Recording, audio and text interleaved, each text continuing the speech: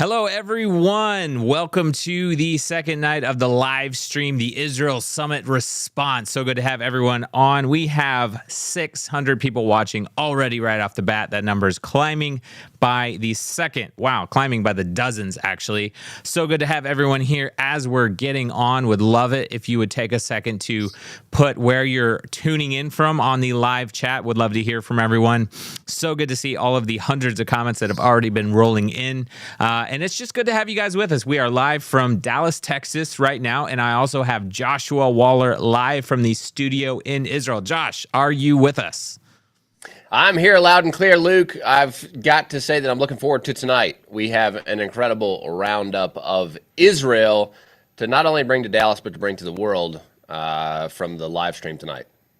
That's right, Josh. Guys, so good to see everyone. We got Ohio in the chat, UK, Southern California. We have Florida. We have North Carolina, New York, Washington, Florida, Tennessee, Missouri, Arizona, Dallas, Ontario, Canada, Wisconsin, Texas, Canada, West Virginia, Ohio. They're rolling in too fast, guys. It's so good to have everyone with us. Please, if you're jumping on, take a minute to make sure you subscribe to the Israel Guys YouTube channel, subscribe across the web on all of our social medias, and make sure you're on our email list at theisraelguys.com so you don't miss out on any breaking news announcements. Again, if you missed last night's live stream, we're talking about the Israel Summit, which was originally scheduled to be held in Dallas, Texas, June 9th through 11th, and as you know, was canceled due to jihadist threats and intimidation that was put on the various venues, the attendees, the Israel Guys, and the summit itself. But because we had so many of you registered for the event, and so many of our speakers from Israel, we wanted to give you a little taste. So here is an overview of what's going to be happening tonight. We have incredible. Last night was a big update on our response and what's happening as a result of that. Tonight, you're going to get a taste of Israel. And so you want to hang on to the edge of your seats and don't go anywhere for the next 2 hours, because we have some amazing people coming to you. We have member of Knesset, Ohad Tal, with Joshua Waller from the land of Israel. We have Aria Bramowitz with a very special guest. That will be a sneak peek tease for you. We have musical dynamic duo Yonina, all the way from the land of Israel, live here in the studio. They're going to give you a mini concert. These guys are someone you do not want to miss. Viral sensations online in Israel and went viral. We're talking, millions and millions and millions of views all around the world. Don't want to miss them. We also have Yishi Fleer with Joshua Waller. We have a response, Christianity's response with Tommy Waller, Steve Werp. We have a special address from Arkansas Governor Sarah Huckabee Sanders. And we have Ruti Man from a ranch in Israel's heartland. We have Ayala from Hevron. Guys, it's a power-packed night. By the way, we do have a very exciting announcement, and it might have something to do with the Israel Summit being rescheduled here in Texas, but you're going to have to stay tuned to find out all of the details on that. So, that being said, guys, keep dropping in the chat where you're tuning in from. Keep letting us know you're there. I know the numbers are climbing as we speak. Let's see how many people we have on at the moment. We have 900 people tuning in right now, and those numbers are climbing every single second. So we're going to dive right in. Let's roll directly into Joshua Waller interviewing member of Knesset, Ohad Tal. Take it away. All right, ladies and gentlemen, I have Knesset member Ohad Tal with us now. He's from the Religious Zionist Party. He's a dear friend. He serves on the committees of Foreign Affairs, Aliyah and Absorption, and Defense, and a whole lot more. But those are the top ones. Those are specifically what we're going to be talking about right now.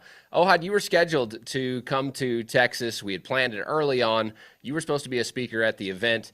How has this affected you? I wanted to hear your active duty on the ground. You just told me you were, just before we went on interview, you're busy doing Knesset work here in Israel. How does this feel to have America, a strong ally, having a Jewish event shut down in Dallas of all places?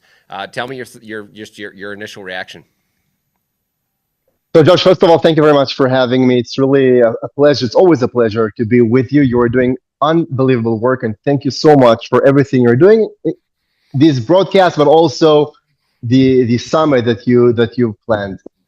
So I can tell that on the one hand, I'm very thankful for having another week here in Israel because, as you've said, I'm now coming back from a new community that we built and we are recognized now in Judea and Samaria out of 50, all in total 50 new communities that we are building now in Judea and Samaria. And that's just the beginning because the real goal, the aim is, of course, applying Israeli sovereignty in Judea and Samaria. That's the goal. This is what we are hope to do. But so I'm thankful for that, not being in America right now. But of course, the reason for so shamefully canceling the summit because of this anti-Semitic pressure against Israel, against you guys, against everything you're doing, against all the values basically that we both share and fight so strongly for.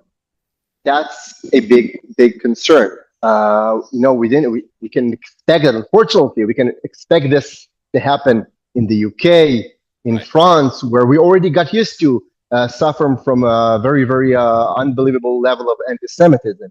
But for that to happen in America, under the Trump administration, in Texas, this is not something we expected, and it's definitely a concern.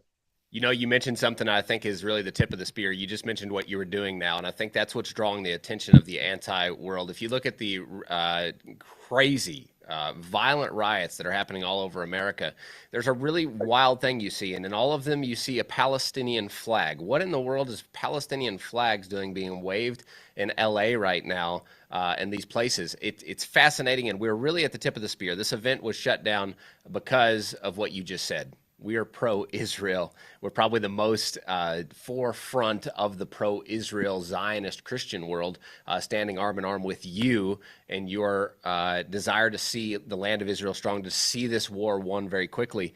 Give a few remarks on this if you can.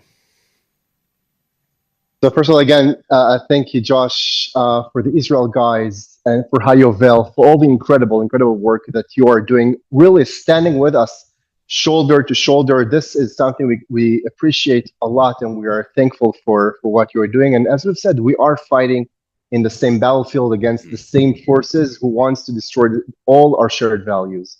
And you've mentioned the fact that in all these demonstrations in America, they're carrying a Palestinian flag. And I want to emphasize, and it's important that all your viewers and listeners will realize that this Palestinian flag is not just a anti-Israeli symbol. This is an anti-America. You have to understand.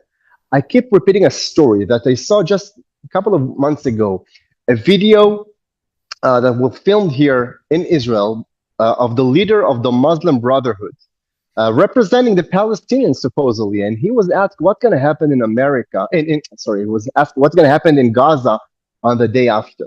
And indeed, what he said is that is the wrong question, because the real question should be what's going to happen in America on the day after, because what we really want to do is take down America. So all those people carrying Palestinian flags, so either they're ignorant or they're really evil, but their real goal is not just to take down Israel, but it actually is to take down America. This is what they want. They're saying it. They're screaming it. We better stop listening and realize the truth for what it is. Knesset member Ohad, you have served a lot of time outside of Israel working with Jews abroad. Even before you were a Knesset member, you're working now with Aliyah, absorption, in these areas.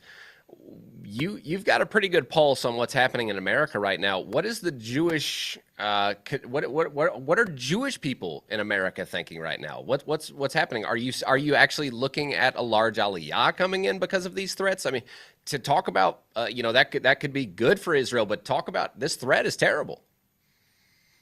You're right, but unfortunately, it's not only in America. Just this morning, before I went to this new community, I hosted in the Knesset a big group of young Jews coming from Australia. And the main issue that was on their mind was the rise of anti-Semitism in Australia, which is really, it's unprecedented. What is happening these days in the last couple of years and even more so in the last couple of months, this is not something we've seen before. So we are seeing it in America, we're seeing it in Australia, in Europe, in South Africa, in so many countries, and it's definitely a concern. And I think part of the reason is that because Israel is perceived to be weak right now.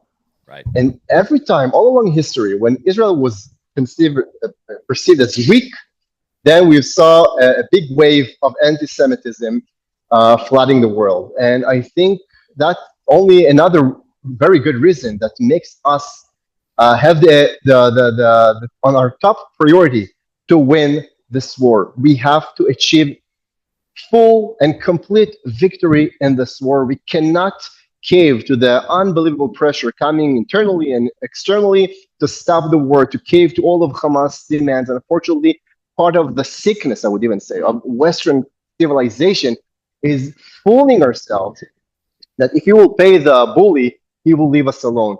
And I have news for all Western countries. This bully is not going to leave us alone. And we cannot cave to their demands. We have to eradicate Hamas. We have to eliminate all these terror organizations, because it's not just Hamas. Let's be honest. It's all these terror organizations. We have to eliminate them. Otherwise, the message that we are sending all over the world, that if you want to take down big countries, just come, rape, burn families alive, kidnap, and you will get whatever you want. You'll get out of it.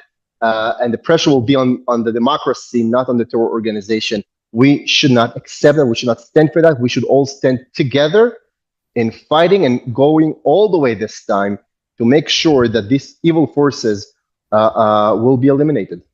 You know, it's fascinating what you're saying, because that's exactly true. After the cancellation in Texas because of the mass security concerns, guess what's happening today? Right. And I don't know if you've seen the news already, but the LA mess and crazy riots are moving to one place. And where do you think they're moving? They're moving to Dallas. Do you think that's an accident? After national media was all over the fact that they got to win there. That's exactly what you just said, and it's exactly what's happening. What do you say to all the Americans? We're talking about the Jewish community that's a threat, but there's a lot of Americans. I know a lot of people that fly Israeli flags in their yard that just support Israel. They're called Zionists, and there's a lot of those in America. What do you say to them? First of all, thank you. Thank you so much for choosing to stand with us, to stand with the truth, to stand with the right side, and on the right side of history, I would even say, because I know it's hard. We know we're all part of Western culture. We know that it goes against all our instincts. We hate wars. We are trying to do everything we can to prevent confrontation, to prevent being engaged in war. So it's happening to you in America, for example, the local authorities and the police trying to stop you. Instead of fighting these radicals, these jihadists, these crazy terrorists, they're stopping you because it's easier to fool ourselves that we can make the problem disappear. So I'm saying it happened to us here in Israel. This is why we had October 7th, because we thought that we can build big walls and hide the problem behind the wall. It's not going to disappear. Running away from it only will get them stronger and more passionate and enthusiastic to commit their atrocities and to execute their goals. We have to stand strong. We have to fight. And all those in America who are standing with Israel today, thank you. And I am sure that if we will have all of America brave and courageous like you are, stand with us, I think that will change history. That's right. I want to cover one last topic with you. We're talking about war. We're talking about this craziness. Now we're fighting the jihad in America. This war you're fighting, Israel's been fighting. Ohad, your whole life you've been fighting this. This is something that's been attacking Israel since its foundations, this threat of terror. And now America is with you more than ever because we're fighting the same war. I want to cover one last topic, and that is the head of your party, Bezalel Smotrich, the Religious Zionist Party. Just moments ago, the news broke that he was sanctioned in the UK. This is another extreme example of what we're talking about right now. Could you just talk about that for a moment? Yes, it's just another expression of the same disease, of the same sickness that took Western culture, Western civilization to have a broken moral compass, to not be able to differentiate between good and evil, and to put the arrows against the the democracy instead of against the radical jihadist terror organization. This is what we are seeing, a broken moral campus. Unfortunately, this is part of progressive culture that is again flooding America, flooding Europe, flooding unfortunately parts of Israel also, and we have to fight it here. You have to fight it there in America, and maybe Europe is already lost. I'm not sure, to be honest. I don't know, but it's the same thing. I just gave an interview also in BBC in the UK, and I told them, you have to learn from your mistakes. I mean, in 1938, Neville Chamberlain, your prime minister, thought that he will appease Nazi Germany, and he signed the shameful Munich Agreement, and he came back to England, and he thought that he brought peace because he paid the bully and he appeased the bully. And we all know what happened later. A year later, the same Nazi Germany bombed England, causing 43,000 dead British and injured so many thousands more. So, and until, thank God, the next prime minister, Churchill, stood up and he realized that you cannot make peace with this lion, especially when your head is in its mouth. So you have to fight, you have to stand, and you have to fight. And this is what he did. And unfortunately, they're not learning from their mistakes. They're not learning from their history. They're thinking that appeasing the devil that will help and support them. It will not. It will only cause their countries to fall. So we despise that. We don't care. I mean, Europe is lost. If they don't understand, if they don't realize it, they will pay the price. We will stand strong and we will fight, and we will win, as President Trump says, and we will do it. In my opinion, America's only hope is to learn from Israel. It's the only hope to win this war, is to learn from Israel's immense experience in fighting terror that's now entered America. Yep. Knesset member Ohad, would you give some concrete, just things off the top of your head, concrete ways that you would speak to America right now as they face really, for the first time since, maybe 9/11, really, since we got another wake-up call in America that these terror beds have risen again and they're shutting down things. They're rioting in the streets and they're waving these pro-Palestinian flags, and they're causing major havoc. And it's cost lives. It's cost American lives already. What would you say, some concrete ways that you would encourage Americans right now to stand up against this hatred? That even if you're thinking that you're all by yourself, you're not. I mean, I know the individuals who see what is happening. We're watching television, seeing these riots, seeing this craziness, seeing these forces trying to take away your country. I'm telling you, don't think you're alone. Don't think you're the only people sitting in your living room watching this and you're alone. No, we should all stand up together. You're in America, we here in Israel, and we have to fight, and we have to, go for victory. And again, not just in what we think in our Western way of thinking, of what we can describe as victory, but we have to achieve victory the way our enemies perceive their defeat. And here, it's by taking land. That's the only price that our enemies understand. Taking land, I believe we should apply sovereignty on all of areas here in Judea and Samaria. We should fight Iran. We should take down the Iranian regime. And I'm telling you, also my American brothers and sisters, I'm telling you, Israel will achieve victory here. Yeah. You will enjoy the fruits of that in America, because that's to weaken all these radical evil forces. We will do it here. We don't care. We will pay all prices. We will do whatever is need to be done, with or without the support of Western countries. We will do that. And I'm calling also to you to stand up, not to be frightened, not to allow these radicals to get what they want, to stand strong together, and we will win. That's right. Ohad, I can't thank you enough for your time here. There's a lot of Americans that are getting excited about winning when we put this summit back on the calendar. We will. You're going to be there shouting from the stage, and we can't wait for that to happen. It's just a matter of time. We're putting this back on. We're not calling a lose here. We are putting it back on. No way. We're going to be excited to send you that date very, very soon. I can't thank you enough, Knesset Looking member forward. Ohad Tal, for joining us here live on the broadcast. podcast in the time being before we get back in person on stage somewhere in Texas. We'll be sending out that date soon. But I can't thank you enough for joining us. And Thank you, Josh. Thank you so much. Appreciate it. Bye for now. Wow, everyone, I hope you understand how incredibly special that was. Member of Knesset Ohad Tal took time out of his busy day. You know, the Knesset is actually in session right now. They're voting right now. So that was a really big deal for Ohad Tal to take time out of his busy day to be with all of us. Guys, we have nearly 1,300 people watching the live stream right now. So many people from all over the world, even people from New Zealand. By the way, I want to say a big thanks to the people who are donating in the chat. We have Patty Will, TK Noland, the other one disappeared. There's a third one, and the name disappeared. But thank you so much for everyone who's supporting. As you well know, we did lose some money over the Israel Summit. I know many of you did as well. I want to thank you for your sacrifice. If anyone would like to support the Israel Guys, you can do it through the YouTube chat, super chat, or on our website at theisraelguys.com.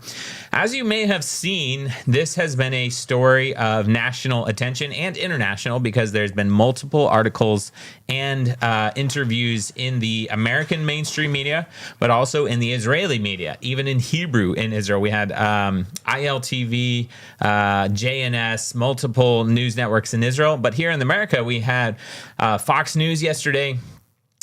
We were in the New York Post, the Blaze, we're on CBN multiple times. TBN is actually airing tonight as we speak on this live stream, airing on TBN. Daystar, we're on the Dr. Phil network. So we want to play a short clip just to give you an idea of how America just might be waking up right now. So we're going to play a montage of news clips from the last couple of days. Let's roll that video right now. This annual event, it happens every year. The purpose of it is just educational to show the importance of standing behind Israel, known as the Israel Summit. 1,000 people supposed to attend and hear from different speakers like an October 7th survivor and IDF soldiers. Instead, they were forced to cancel because of threats and security concerns. Is it now too dangerous to have pro-Israel events in America? You know, that feels like a wild statement to say that, you know, it's starting to feel like 1939 again in America feels like a crazy statement. But after the events of the last 3 weeks, we saw 2 Jews murdered in Washington, D.C., 15 people firebombed in Boulder, Colorado. And now this event, a peaceful, educational 3-day conference dedicated to standing with Israel and educating Christians in America about the truth and beauty of the land and people of Israel, canceled just because of jihadist threats in Dallas, Texas, of all places. Folks, this is where we are at right now in 2025 in America. The event has been canceled. Why? Because the Israel Guys couldn't find a venue willing to host it. Why is that? Because of threats, physical terroristic threats by Islamic jihadists, and who knows, maybe some left-wing radicals as well, threatening this event, threatening harm to people participating in or attending this event. The Free Palestine movement is very dangerous, not only for the Jewish people and for Israel, but for anyone who stands in support of Israel. It's important that we stand up, that our voices are heard, that we know the truth of what's happening in Israel, because we have to stand against this rising tide of anti-Semitism today.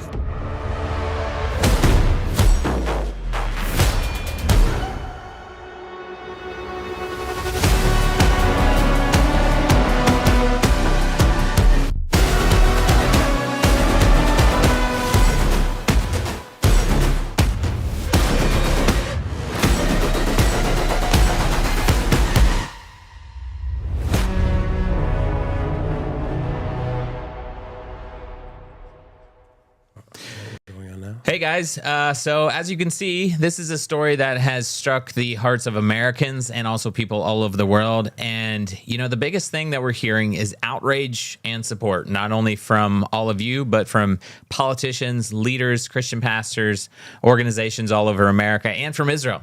As ironically, as you can see, we even stirred up the anger of Candace Owens, who, I'm tired of sugarcoating it. She's a Jew hater. That there's just no other way around it, honestly. And so that was quite interesting. That literally happened just today. By the way, real quick before we dive into that, bunch of people donating in the chat, the super chat. So want to thank all of you so much. We got Robert Stewart from Indiana, Michael Grog, Jordan Brashia, John Komatsu. Thank you guys. Your support is just overwhelming. Thank you everyone so much. We have 1,300 people watching right now. So good to have everyone with us. I told the guys it's the honor of a lifetime to be targeted by Candace Owens, but I just want to read what she posted in response to my interview with Laura Loomer.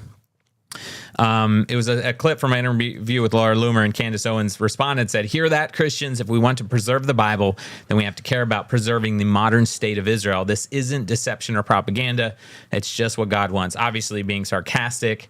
And then she followed it up with a tweet that said, "So remember to tweet something nice about Bibi Netanyahu, or you'll never see your precious Bible again." So I don't know, Ari. I know you had something else prepared to share, but do you have a little bit of a reaction to that? We're stirring up the Jew haters in America.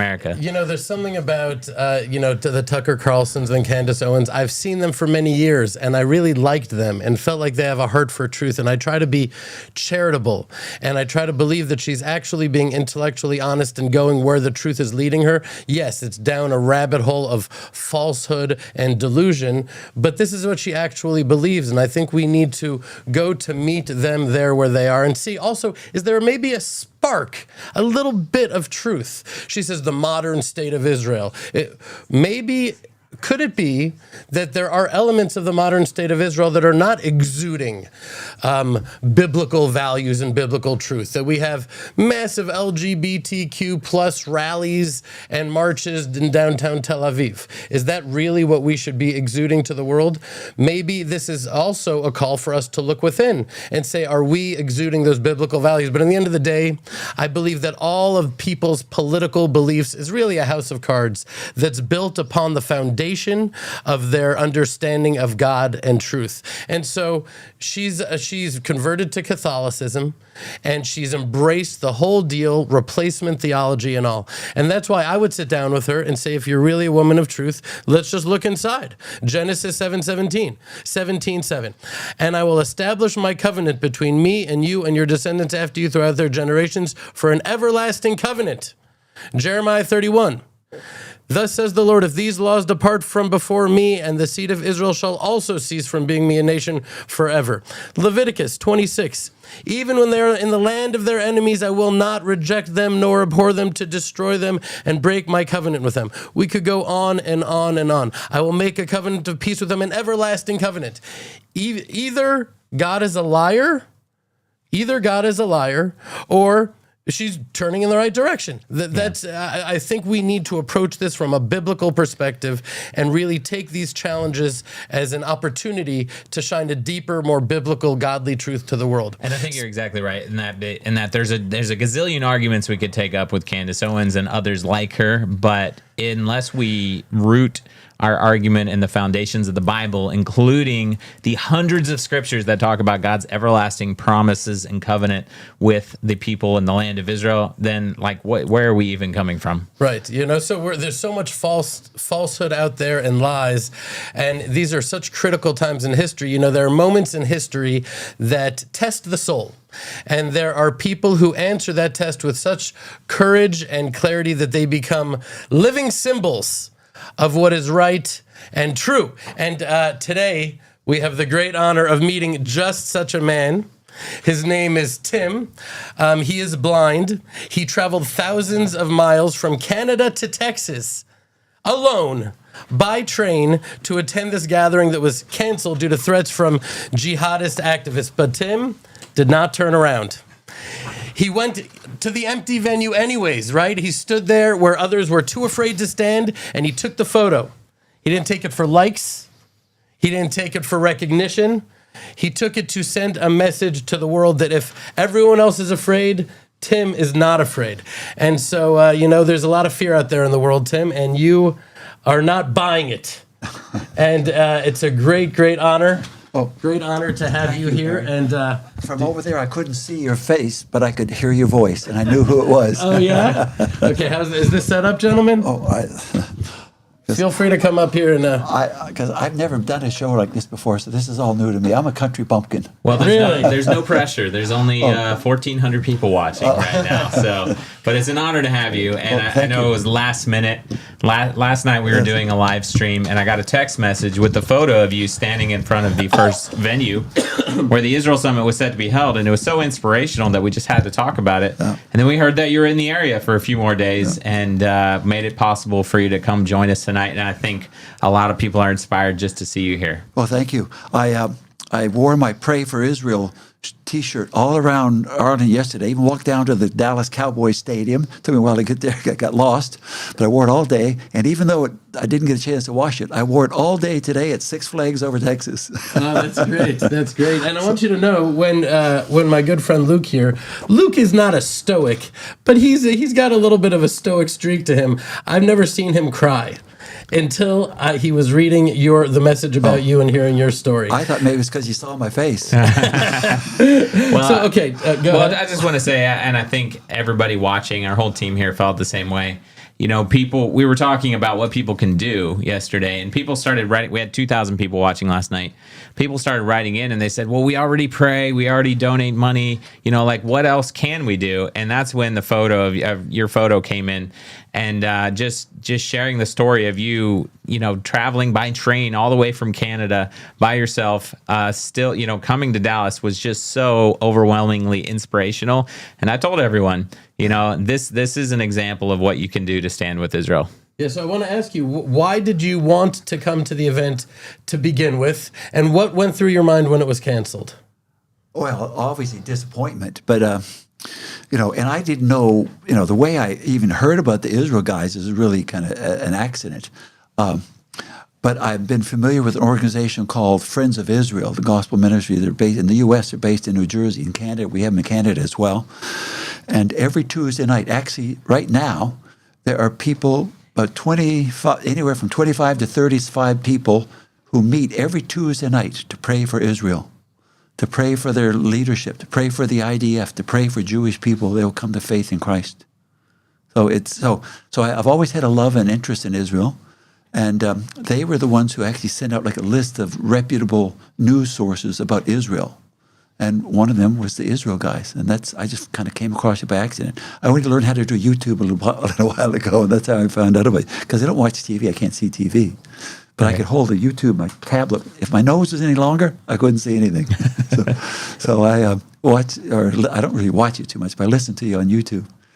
That's how I recognized your voice. I recognize the other guy's voice over there. I can't see him, but I recognize his voice. Yeah. So one of the things that brings us together and makes us, I think, so special is that, you know, there's me and my partner Jeremy. We're both Jewish rabbis, and these guys are Christians, and we have such a love for each other. We're like a family. Yeah. You know, we're here just to support each other and to bless each other, not to change each other, just to give. And I feel like you desiring to come down to this event, even though it was canceled, Tim. Yeah. I want to get inside your head. You were going down in your mind to nothing at this point, and it's not a small trip. It's not like, you know, Jerusalem, Tel Aviv. We're talking about Canada to Texas. Yeah, well, you were going down to nothing. So why even bother? What did it take to get down here? Yeah, there is a bit more of a story. When I heard about the conference, I said, well, I'm going to sign up for it, but you know, I'm too cheap to do a trip just for one event. So my roommate from university days, a believer, lives in Charlotte, North Carolina. So I flew to Charlotte and then caught the train from Charlotte. But it's like going around your elbow to get to your thumb. I had to take the train from Charlotte to Washington, D.C., had a couple hours there to wander around, then took another train from Washington to Chicago, and then the next train from the Texas Eagle from Chicago to Fort Worth. And then I got an Uber to where the conference was going to be.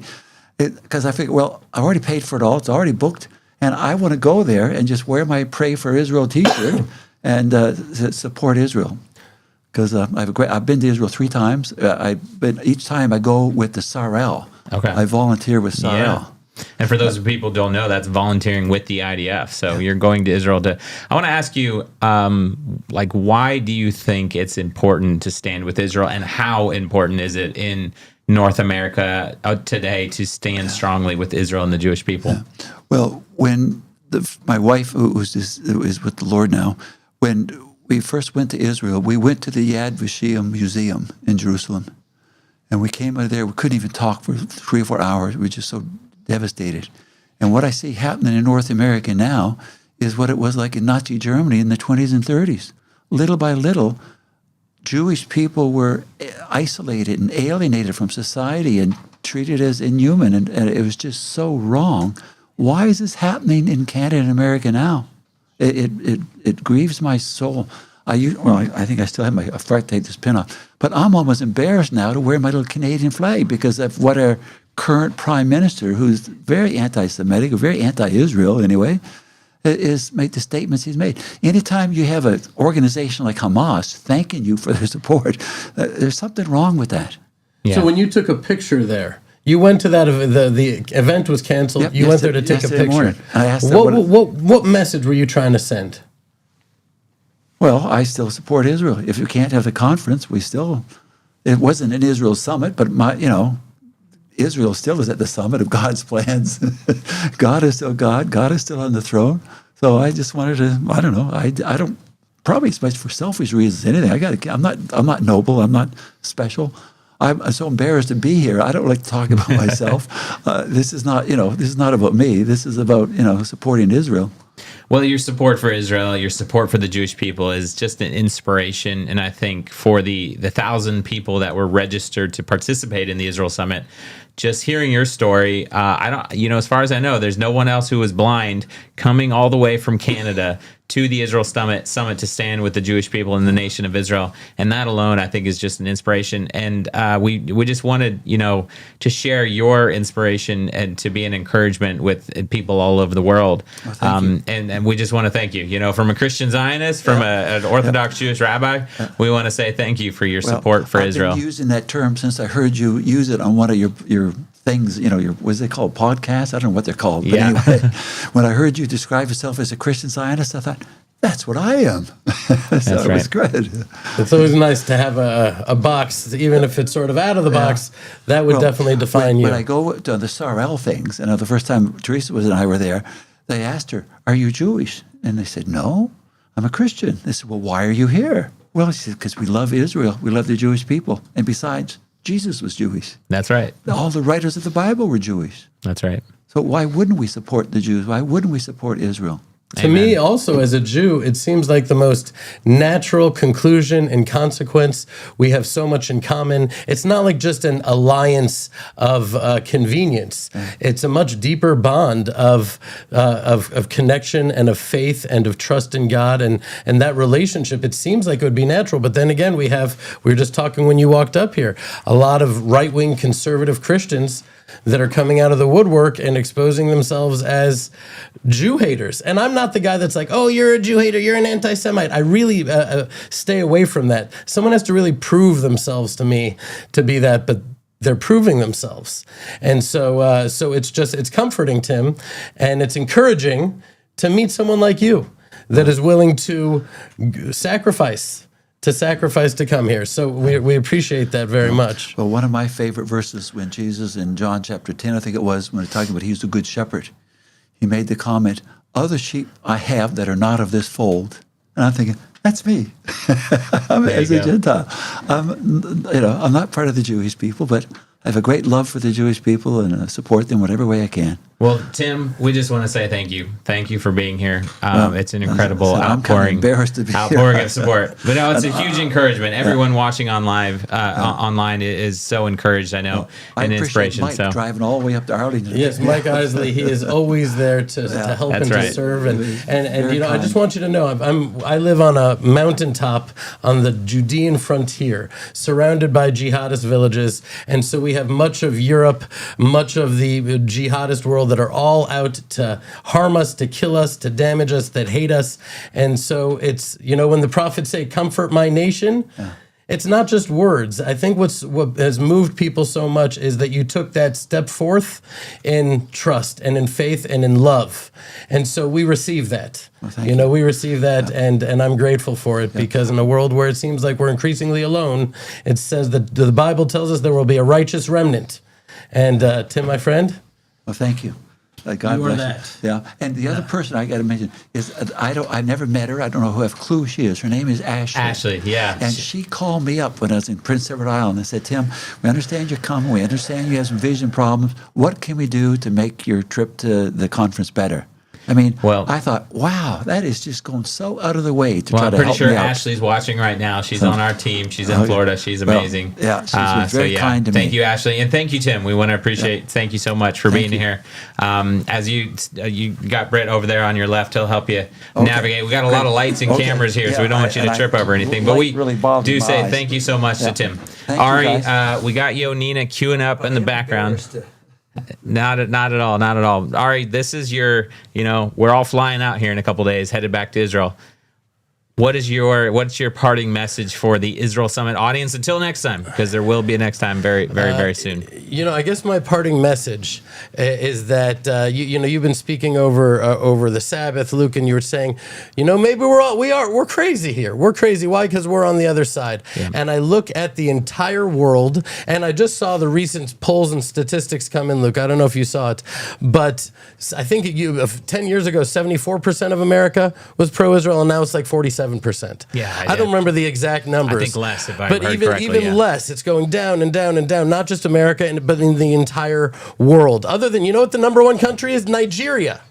It's got to be because I thought it was Micronesia. But. No, I think it's Nigeria. Yeah, and I think it's that prince that keeps emailing me, and I give him loans. I'm just kidding. No, but I think Careful, there's people watching. What's happening here is an opportunity for those that really love Israel to be willing to stand on the other side. We spoke about this before, but it's such an important point. Abraham was a Hebrew, and the word Hebrew comes from the word ivri, ever, which means the other side. The whole world believed one thing, and he had such faith and trust in God that he was willing to believe in the other. And what was he willing to do? His sacrifice. It says in the Genesis, Vayishkem Avraham baboker. He arose early in the morning. So the sages ask, why early in the morning? The answer is because his eagerness was greater than his pain. He was eager to truly give of himself. It happens in life sometimes that God gives us that opportunity to actually give of ourselves. And it only matters because it's of ourselves, right? That's what really, so Abraham, what was he asked to do? To sacrifice his son, his lineage, but it wasn't only his son. God said, Abraham went to the world that were offering their children as molech, as fire offerings. And he said, no, God doesn't want child sacrifice. And then God says, sacrifice your son. And so here Abraham's going to have to sacrifice his son and his message to the world. And he was willing to put it all on the line, because when you really put it on the line, when you put it all on the line, the Bible tells us, Leviticus 1, Adam ki yakriv michem korban laHashem. When a man among you brings a sacrifice to God, but it says in Hebrew, michem, what? From you. Why? Because God doesn't want the animal. He wants your heart. And when you give something that truly matters to you, that is your heart. That is a sacrifice to God. And we're in times right now. And that's my message. That's the camera with the red light on. I'm speaking to all of you. If you have an opportunity to truly give of yourself to the God of Israel, sacrifice your heart for Israel and the Jewish people, that is the way that really attaches you to the nation of Israel. As the prophets say, V'nilvu goyim rabim el Hashem b'yom, and the righteous of the nations will attach themselves to the house of Israel on that day. How is that? How is that? Only when you really give of yourself. And so here we are, these guys here, talk about sacrifice, constant sacrifice for the Jewish people. And this is the opportunity for everybody to stand with them, to stand with Israel, to stand with us. When we have the next venue, sign up. Sign up. And if you bought tickets already, tell them keep the money. Keep it. Keep it. I'll buy a ticket next time. Really, this is the time to give of yourselves. I'm not getting a commission here. I give too. Okay, I'm just sharing with you from my heart as a Jew that this is the time for us to come together, not just in word, but in action. Love you guys. Talk to you later. Ladies and gentlemen, Rabbi Ari Abramowitz, all the way from the land of Israel in the heart of Judea. And God willing, We'll both be back here in Dallas, Texas very soon, sooner than you think, and we are going to have an announcement tonight, so hang tight for that. And by the way, you can get more with Ari Abramowitz at thelandofisrael.com. They have the Land of Israel Network and the weekly Land of Israel Fellowship, so go to thelandofisrael.com. Connect with Ari Abramowitz, connect with Jeremy Gimpel. And by the way, God willing, we'll be back in our studio in the Land of Israel a week from this Thursday, broadcasting together on the Israel Guys. So now I'm going to stand up. Guys, there's 1,400 people watching. We have Yoni from Yonina getting in, and I'm going to stand up and make room for Nina. So here we go, guys. Well, please welcome Yonina. Hello, hello. So happy to be here. Didn't imagine it's going to be in a studio. But we're grateful to be able to sing with you guys, and hopefully you can join along with us from wherever you are watching in the world. If you sing loud enough, we might hear you. And we'll start off with a song of faith, a song of prayer that connects us to the Jewish history. And we know it's been a long, hard road. In every generation, there are people who try to shut us down and silence us and come against us, but we know that with Hashem's help, we always prevail. והיא שעמדה לאבותינו, והיא שעמדה לאבותינו ולנו, שלא אחד בלבד עמד עלינו לכלותנו, עמד עלינו לכלותנו. והיא שעמדה לאבותינו, והיא שעמדה לאבותינו ולנו, שלא אחד בלבד עמד עלינו לכלותנו,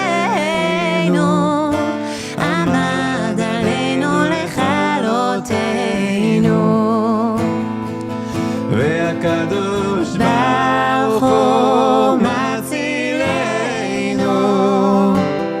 מצילנו מידם, והקדוש ברוך הוא מצילנו, מצילנו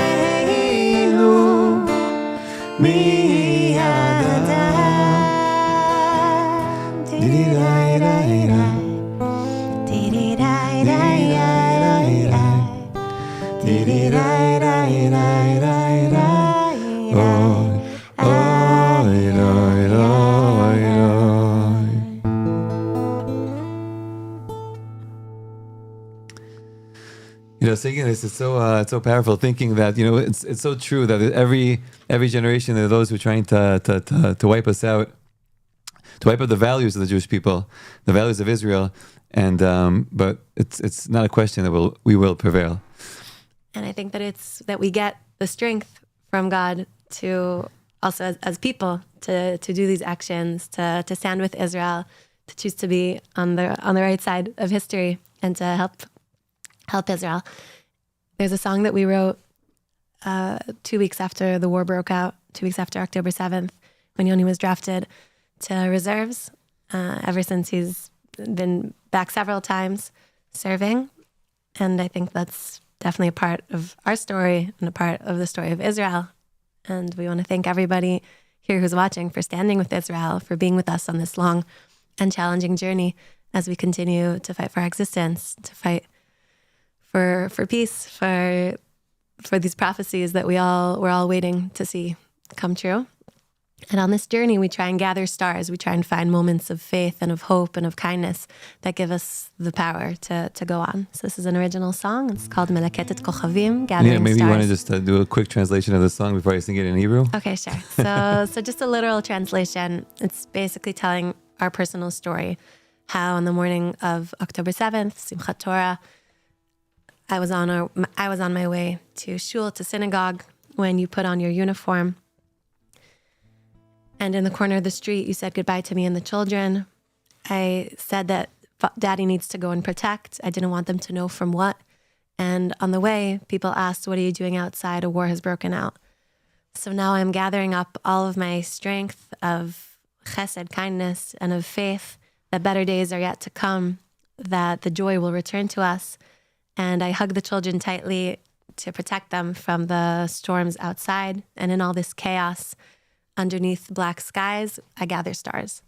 And then Yoni shares his part of the story as well. הייתי בדרך לבית כנסת כשעלית על מדים ובפינת החוף נפרדת ממני ומהילדים הסברתי שאבא עכשיו צריך לשמור ולא רציתי שידעו ממה ובדרך אנשים שאלו מה אתם עושים בחוץ פרצה מלחמה אז עכשיו אני אוספת את כל הכוחות של חסד ושל אמונה שעוד יבואו ימים של טוב שעוד תשוב אלינו הרינה ומחבקת חזק את הילדים רק להגן מהסופות שבחוץ ובתוך הטירוף מול שמיים שחורים מלקטת כוכבים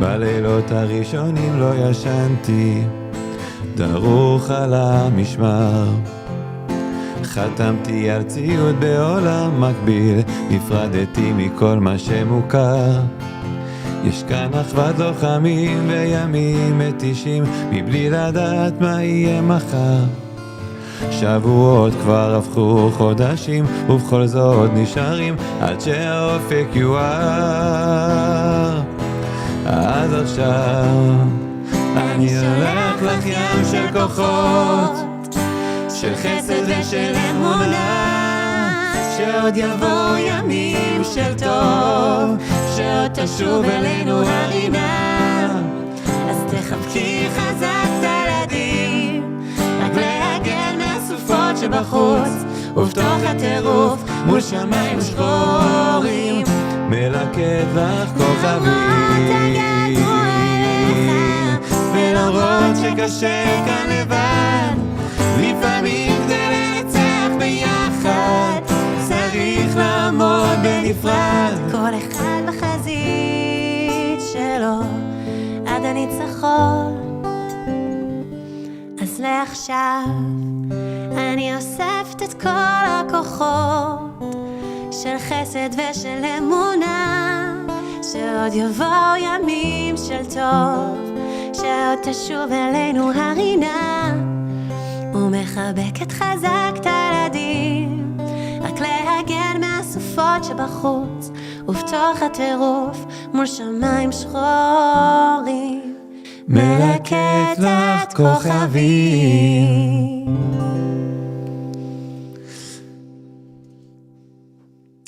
Yeah. It's weird I can't talk to you. I feel like I'm supposed to. Everyone's right here with us. Yes. So we're still here, gathering stars along this journey. And we continue praying for peace. We continue fighting for peace. To say that a song that one of the first songs we covered that really went viral was our cover of One Day. We got a lot of messages after Yoni was drafted to reserves. How can you serve in the army and sing songs about peace? You're a warrior. You're doing terrible things. You're not a peaceful person. You're But I really feel like people don't understand that every single person in Israel prays every day for peace. And what we're fighting for is for peace, to be able to live peacefully in our land. If anybody else wants to live peacefully with us, great. But really just to be able to see those prophecies, so many prophecies come true of peaceful days. We pray for it every day. We fight for it. And hopefully one day we'll get to see it as well. Sometimes I lay under the moon and thank God I'm breathing. And then I pray, don't take me soon, 'cause we are here for a reason. Sometimes in my tears I drown, but I never let it get me down. So when negativity surrounds, I know someday I'll turn around, because all my life I've been waiting for, I've been praying for the people to say that we don't want to fight no more. There'll be no more wars, and the children will play. One day, one day, one day, one day, one day, one day, one day, one day, one day, one day. It's not about win or lose, 'cause we all lose when we feed on the souls of the innocent, blood-drenched pavement. Keep on moving, but the water's still raging. In this place, you can lose your way, and it drive you crazy, but don't let it phase you. No way, no way, wait. Sometimes in my tears I drown, but I never let it get me down. So when negativity surrounds, I know someday I'll turn around, because all my life I've been waiting for, I've been praying for the people to say that we don't want to fight no more. There'll be no more wars, and the children will play. One day, one day, one day, one day, one day, one day, one day. Once this all will change, treat people the same. Stop with the violence, stop with the hate. One day we'll be free and proud to be under the same sun. Sing a song, sing a why-yo, why-yo, yo-yo, why-yo, why-yo, yo-yo. One day, one day, one day.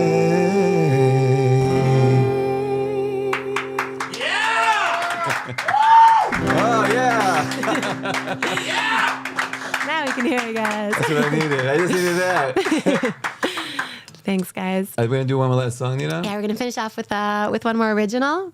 And I think it's appropriate for you to tell a story about asking your parents about Aliyah. Yeah. Yeah. Okay. I'll say that we're both the products of our American parents making Aliyah to Israel. Growing up, I remember asking my parents, why is it that you decided to get up and move to Israel? And I got two very different answers.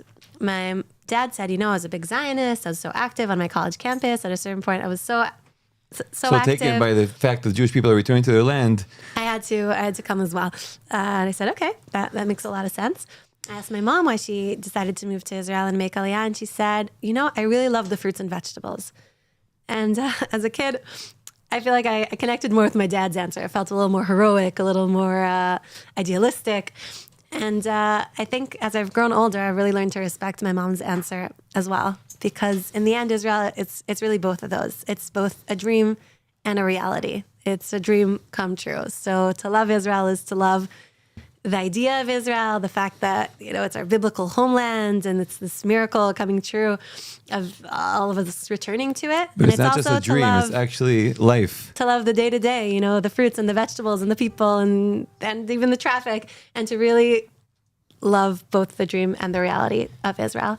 So here's a song that we wrote about all our favorite places in Israel and wanting to travel the land. And we'll bring that piece of Israel with us here to Dallas and to all around the world. And we hope to see you all live at the Israel Summit or in Israel, whatever. Yeah, and both. The Israel Summit in Israel.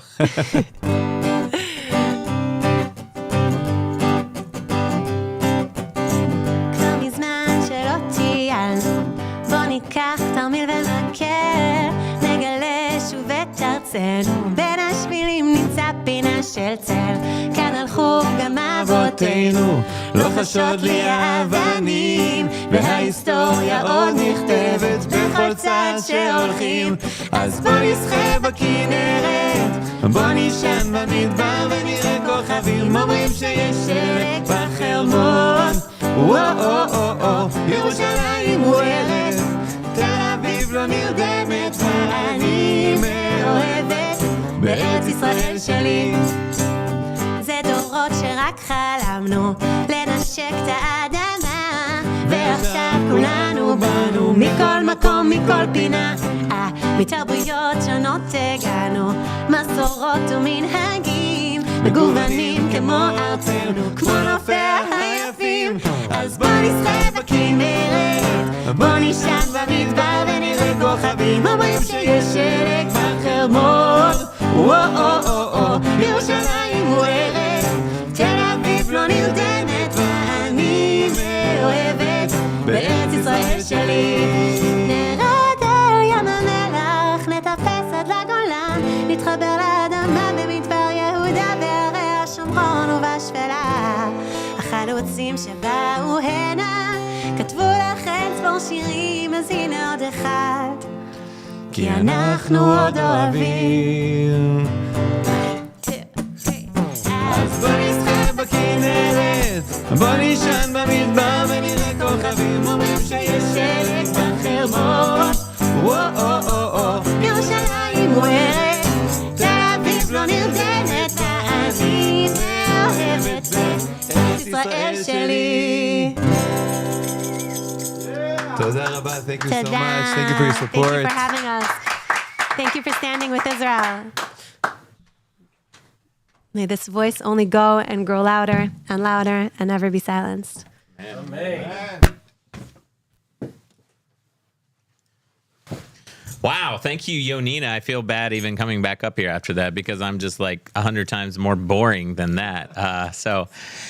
And you can drop it in the chat, guys, because I'm thinking the exact same thing. But maybe we should have just canceled everyone else on the live stream and just listen to Yonina sing for the rest of the night. I know all of you are thinking that, and that's entirely okay. But we pray and hope that they will be able to join us live for an Israel summit very, very soon. Speaking of which, I'm going to tease it a little bit more, but we do have tentative dates for the Israel summit to be rescheduled. And we're talking about within the next couple of months. And I'm going to give you a link that you can go to right after this next interview. So hang on tight to your seats, guys. And we are talking about the Dallas-Fort Worth area, definitely in Texas. And we're talking about very, very soon. So hang on tight to your seats. But right now, we're going back to the land of Israel, back to Joshua Waller, along with world-renowned broadcaster, international spokesperson for Hevron, cutting-edge media personality, Yishi Fleer. Josh, in the land of Israel, take it away. All right, ladies and gentlemen, I got the great honor of having Yishi Fleer, first and foremost, a great friend and partner in building up the heartland of Israel. He is the international spokesperson for Hevron and also advisor to the minister, Ben-Gvir, who is the national security advisor. We're going to talk more about Ben-Gvir in a little bit, but first, Yishi, we just had a massive blow. You were one of the main stage keynote speakers that was rolling in from Judea to speak to the world about what was going on, what is going on in Israel, the move forward, the positive message that's happening in Judea, the Jewish state that is expanding and growing. And we really got a big hit. And I really want to talk with you because you're a realist. You're used to talking straight. You talk to from Piers Morgan to you've been on all of these shows, and you talk very straight about what's going on. You're very learned in this world of advocacy and understanding what's happening, what's going on, who are we fighting.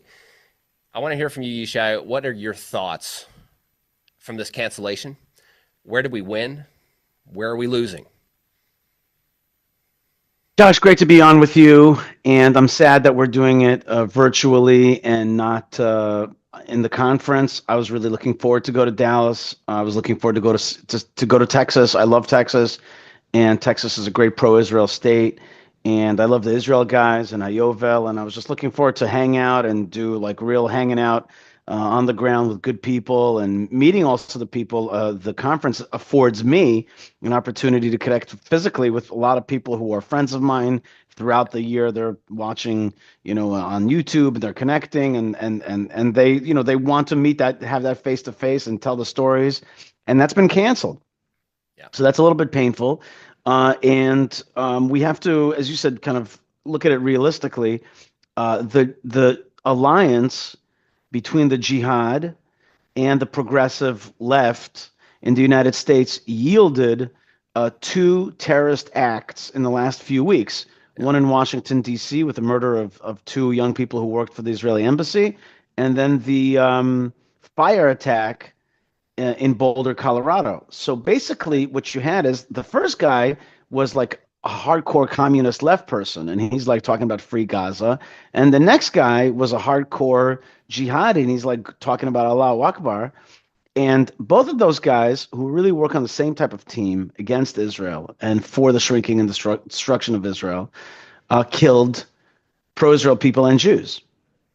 And then when it came time to the conference, it was like a perfect storm, because suddenly the police department in Dallas was just unable to handle it, and they asked for an exorbitant price to protect the conference, and you guys couldn't do it, and understandably so, and that got canceled, and then another venue canceled as well. Bottom line is that we have succumbed to the bullying of jihad.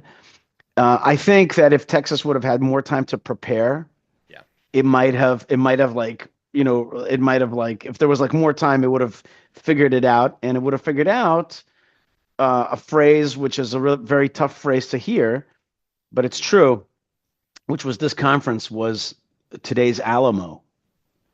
It was today's Alamo. The bad guys are attacking, and you got to hold on strong and push them back, and you got to hold on to that Alamo, and the Alamo fell. And I hope that next year or in a few months, whatever, we can rebuild that Alamo. But I think it's very important from time to time not to get deflated, but to realize where the enemy has had a victory.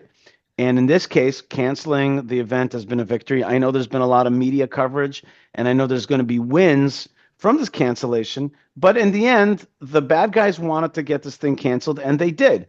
And there's also, when you lose ground, people actually figure out ways to justify it in their heads. They're like, oh, we don't need that Israel stuff anyway. And anyway, that's not real. That's not what we really believe. That's not our Bible. And all kinds of ways. You could see even Candace Owens is talking about it. She's like, Israel's not your Bible. That's not your belief system. What are you guys talking about? It's like, you see, it's like a magic. It's like, that's not what you really believe, is it? It's not what you believe. You don't need this. You really don't. And that's the real danger, right? There's in the story of Esther, there's 2 kinds of criminals. One is Haman. Right? Haman is a jihadi. Haman hates the Jews. But the other criminal is Achashverosh, or Hasuerus, right? Artaxerxes, the king of Persia. Right. His thing is, his criminality is that he's just apathetic. Okay, I just let things happen. And then I change my mind. If this strong guy, is able to convince me, then I can buy into that. And that's the general majority of people. They buy into that. And when you get bullied around, you actually create philosophies that justify why you've been bullied. We got to make sure that does not happen. Right. And we got to come back strong. And I'm really praying that this conference takes place big, even bigger. Oh, it's going to. In the coming months. I know it will. And we got to keep. Go ahead. Yeah, I want you to speak more to that, Yishai, because what we have right now is Americans are not used to fighting like you're used to fighting. You were born in Israel. You fought in the IDF. You're used to defending and fighting this jihad. Americans aren't. They don't know what this jihad is. They don't know what it's like to have someone that prefers to die than live. They don't know what that is. What in the world are we fighting? And so to them, let's cancel this thing because, hey, just in case somebody would be hurt. That's like our value system. And so speak to that, because now the rationale, follow that out. there's going to be people now saying, good Americans, pro-Israel Americans, going to be saying, well, you know what? Just because of our values, we don't want anybody getting hurt. We're going to pull that Israeli flag down out of our yard. Talk to that. Right. Well, so there's a few things going on here. The first thing is like this. The jihad, the way you described it, that they're willing to die, we actually in the United States face that with the kamikazes in Japan. We face people with a very strong ideology that prefers glory and death over life. We've dealt with that. That's not the only thing that's happening here. The other thing that's happening is that the jihad actually uses liberalism as the first step to get in. They don't say we're jihadis, we're here to kill ourselves. And what they say is there's equality, freedom of speech, your democracy, your constitution, and then that's how they sneak in. Yeah, yeah. And then we see what that looks like in LA out there, right? Yeah, right. The next thing they use, well, but the way they get in is through. People don't know this, but one of the pillars of jihad is something called hijra, which means immigration. You emigrate to a place, and then you become more and bigger, and then you take it over from within, and then suddenly you start flying the violent colors. But at first you do it peaceably, and you use the language that people like to hear. That's called ta'akiyah, when you like kind of say the things that the other guy wants to hear so that you can kind of get a support and get grounded and infiltrate. And so the bad guys are first using progressivism and liberalism, which seem to be American values, and then they get in with their jihad values. So that's issue number one. That's happening in Texas, and that's happening in Congress. Okay, that's happening. I don't think people are aware of that. I don't think the American people. So I think to push back a little bit on the Alamo thing is that I don't know that the people were aware that the Alamo was going on. So now that the people, and I think that's the positive. We talking about this isn't that we won a little, we lost a little. We're gonna win really big because the Texans specifically are waking up to the fact what was going on in their backyard, that they were snoozing while the battle was happening. And I think that when the Texans wake up, Texans, I don't think they're just going to stand by for this one. They need to be better prepared, Josh. And I'm talking to you as my friend, Josh. They need to be told you are going to get bullied. There are bullies out there. They are intellectual bullies and physical bullies, and they are going to try to scare you. And we have to be prepared right now for a battle to continue our biblical beliefs, our love of Israel, our love of God, and we're going to continue that, and we're going to face that bullying. You have to prepare the people. That's what I realized. They were not mentally prepared. Had they been prepared, they'd be like, okay, here he comes. It's like incoming. You know what I mean? It's like you got to sound the alarm and be like, this is what they're doing. Now, the way that they're operating is through bullying. Yeah. Right? They continue to threaten and bully, and they have actually. I was interviewed today about the situation that's forming right now with the British sanctions on Minister Ben-Gvir and Minister Smotrich. You got it. So I'll fill you in a second, but I said to the BBC today, the British government has two modes, which is either being bullied or bought. Bullied or bought. That's your two options here. And there's a third one, which is bullied and bought. Okay, bullied means that they threaten you physically, which is what we saw with the conference. And bought means there's more and more people making money, more and more PR agencies and lawyers getting money from Qatar, and there is an infiltration afoot. There's an infiltration afoot. When the Texan people they have to start to realize it, and they have to realize that looking away, pulling down the flag, and trying to take cover will only mean that they will take root all around you, and they will destroy that thing that you love, called Texas, called freedom, called the biblical tradition. They will subdue it, they will subsume it, and they will just destroy that thing. And you're going to have to stand up right now. And so I say to Texans, like, this is that thing that you've always had guns for. This is that thing that you've always had this is that moment. Right. You got to actually rise up to that right now. And if it's not you, then it's not the United States. And if it's not you in the United States, then Western civilization is going to just shrink. I don't think it's going to get destroyed, but it's going to become not the leading civilization. And we can't succumb. And also, now I want to talk spiritually for 1 second, which is like this. If America succumbs to jihadism, either through being bullied or bought or both, then what's going to happen is that there's going to be more and more anti-Semitism. More and more Harvards are not going to welcome Jewish people in. More and more, maybe the next mayor of New York is going to be pro-jihadi, et cetera, et cetera. Now, when there's anti-Semitism, that means that the Jewish people are not welcomed in the United States. Then they're going to start to leave. And what leaves with that is the blessing. Right.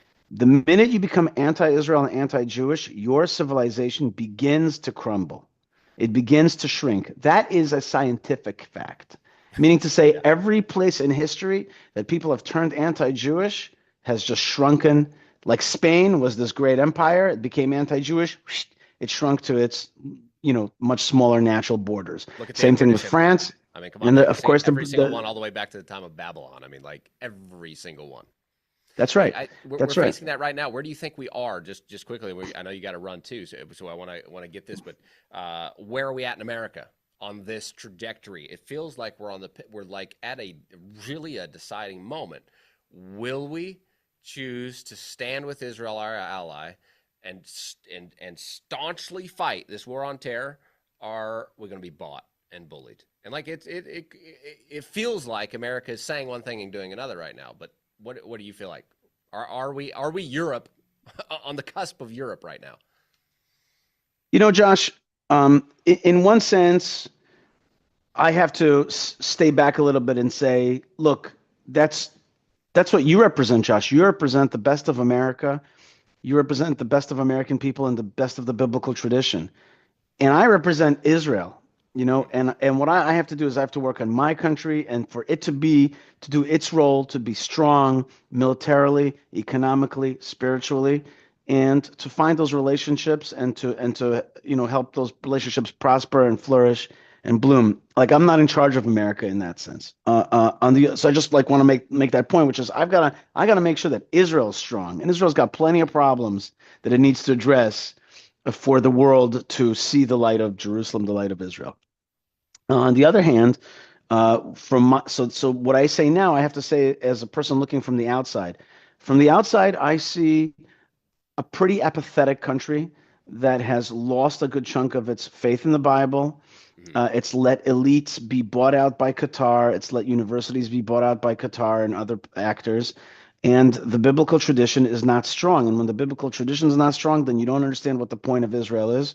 And frankly, that's not the founding fathers of America. That's a different version. It's a nihilistic, secular type version of America, materialistic, nihilistic, secular, and searching for meaning. And that's exactly the trajectory that Europe has undergone. They have lost their identity. I think that there's a much healthier kernel in the United States. I think there's a possibility to come back, but it's going to take. Let's put it this way: it's like when you're doing the arm wrestling. I know you're a country boy. The arm wrestling. You're a little bit down right now. You're not on the floor, but you got to come back. You got to come back a little bit. So it's going to take a bit of a comeback. Now America loves comebacks, and there's that hero streak.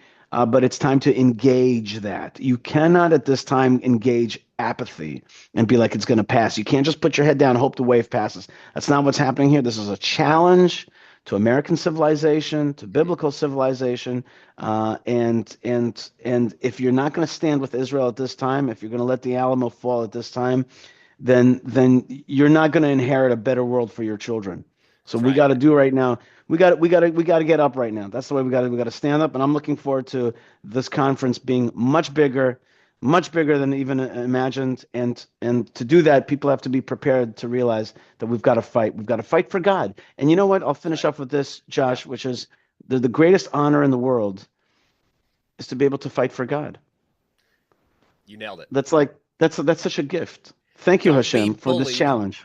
Don't be bullied and bought. It's not a time to lay down and be bullied and bought, Texas. It's a time to serve God. Fight for God. That's be right. on God's team, which is, as we all know, Candace Owens disagreeing with us here. But the Jewish people have always been on God's team. Well, she's an agent.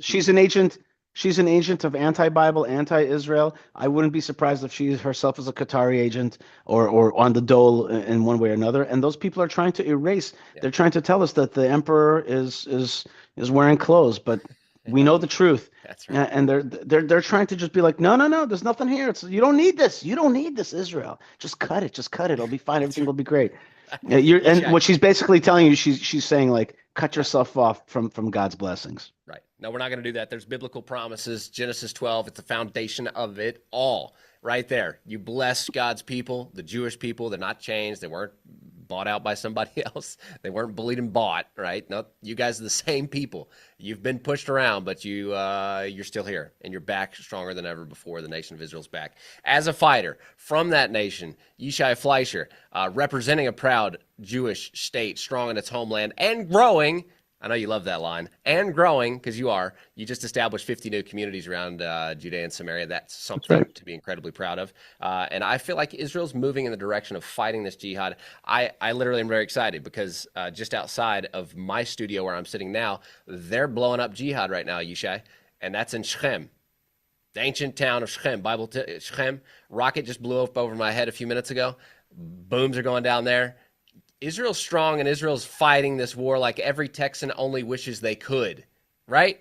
Yishi, wrap us up with a little encouragement of what Americans can do if they so choose. I have a phrase which I say, which is go big and go home. Go big and go home. You know what I mean? That's what we're doing right now. We're going big and we're going home. And we've got a chance to do something great right now.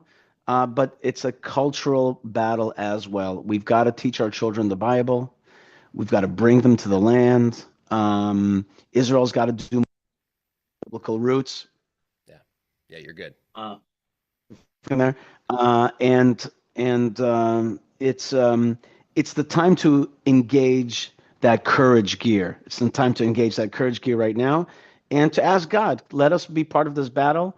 And there are millions of Americans and Bible lovers who are searching for truth, and so in this time of great revelation of Israel, there's also a counterforce that wants to darken it and erase it, and we've got to be the force of light right now. That's the way it is. We've got to be the force of light, and we will be, because Hashem has given us that opportunity in our time, and we're just gonna take that hit. You know, a good fighter. My son's a wrestler and a fighter. I always tell him a good fighter also knows how to take a hit. He knows how to give a hit, that's for sure. But he also knows how to take it. We take a hit. Good. Now we understood the playing ground. Let's get out there and win. Bezrat Hashem with the help of God. Thank you, Yishi Fleer, international spokesperson for Hevron and advisor to Minister Ben-Gvir.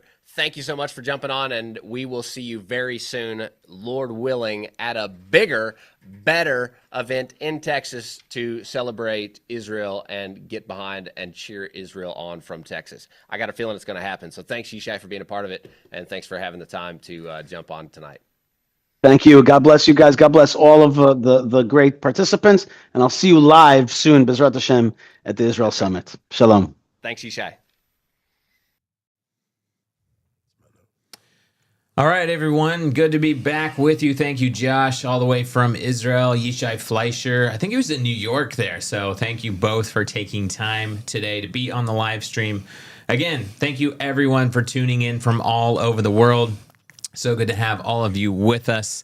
Still have about 1,300 people watching live. So good to have everyone with us. Make sure, guys, you're connected. You're staying connected to the Israel guys. You're subscribing. Make sure you are connected on our website, theisraelguys.com. And now, without further ado, we do want to make a very special announcement. Our team has been working feverishly around the clock. It's been 6 days since we were forced to announce the cancellation of the Israel Summit. But from day one, 6 days ago, we were determined not to make this the end of this story. We were determined that the Israel Summit will happen in Texas. We're determined that it will happen very soon, and we're determined that more people than ever will be a part. And we're very happy and excited to announce that we have several good possible venues that are in the works right now. Our team's going to look at them tomorrow, actually. And we have a goal of having a venue confirmed within the next week. But right now, we're looking at Texas, probably the Dallas-Fort Worth area, and we're looking at the month of August. Yeah, I know I said August. That's 2 months away. But, you know, Americans are awake right now. All of you are waking up. So many people have taken this as a warning.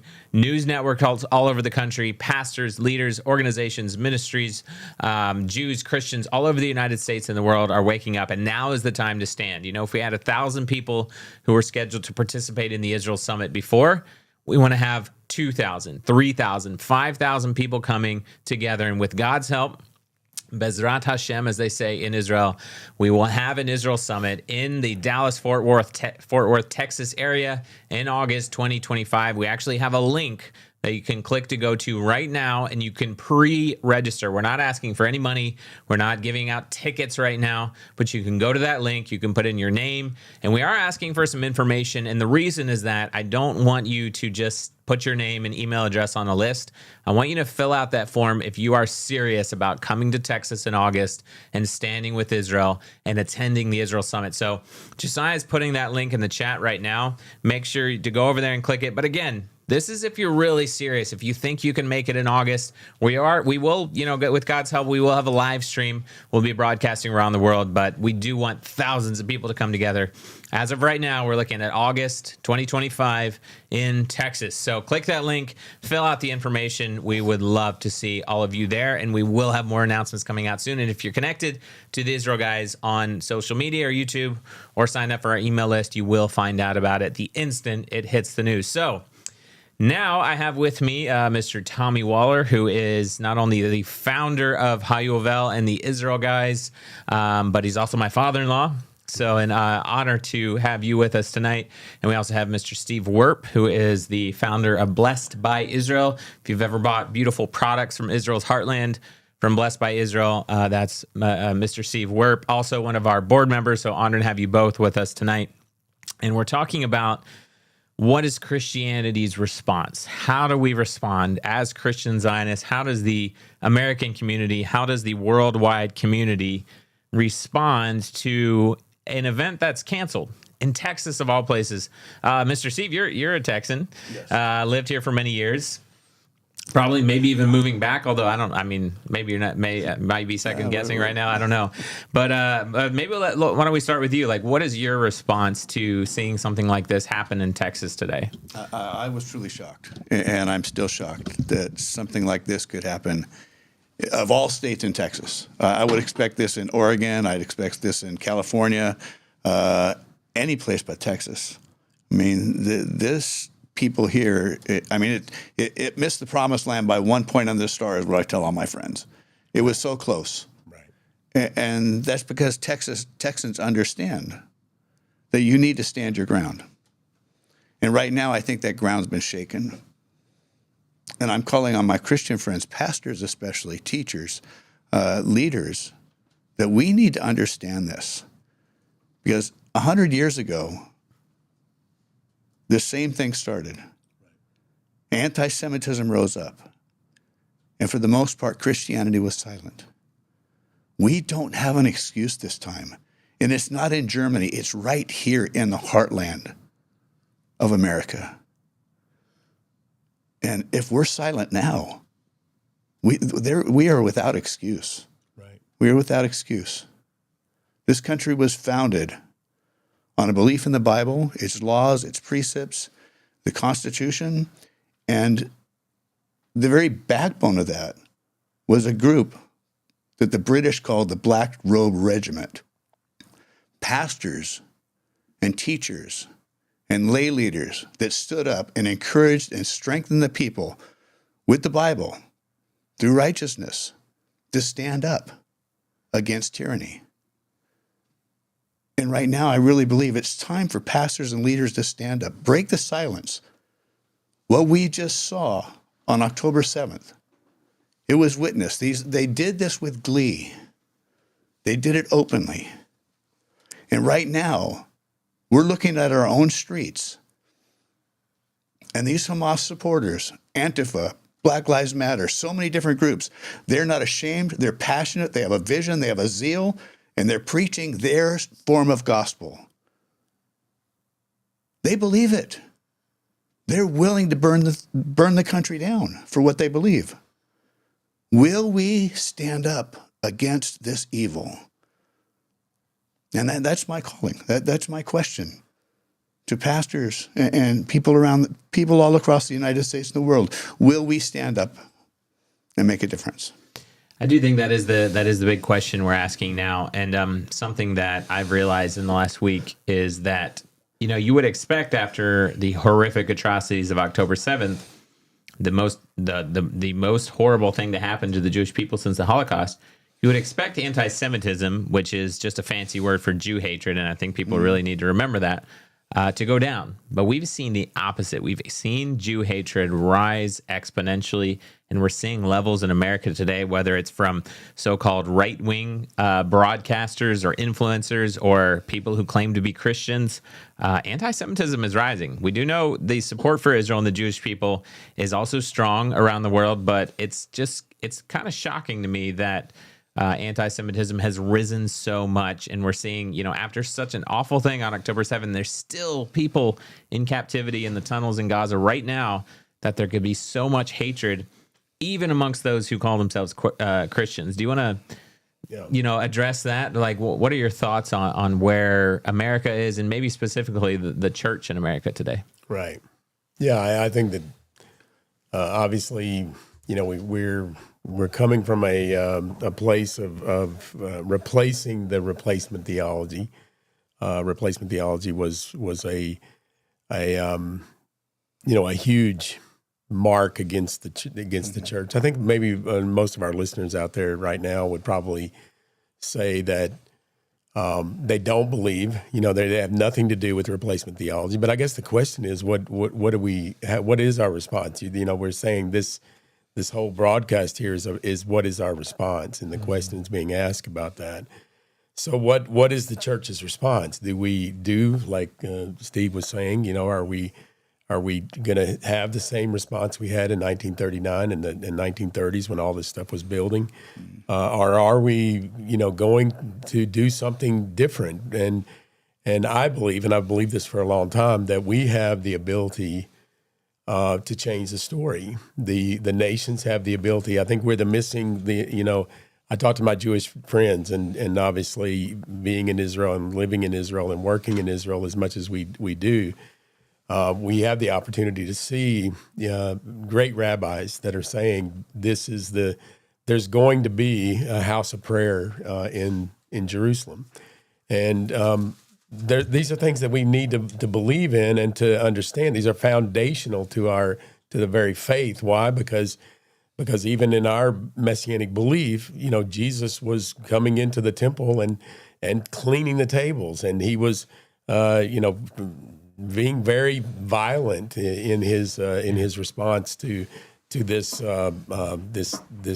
corruption that was happening in the temple. And I think right now we're at the edge, at the precursor. We're seeing the precursor of these things actually coming about in our generation.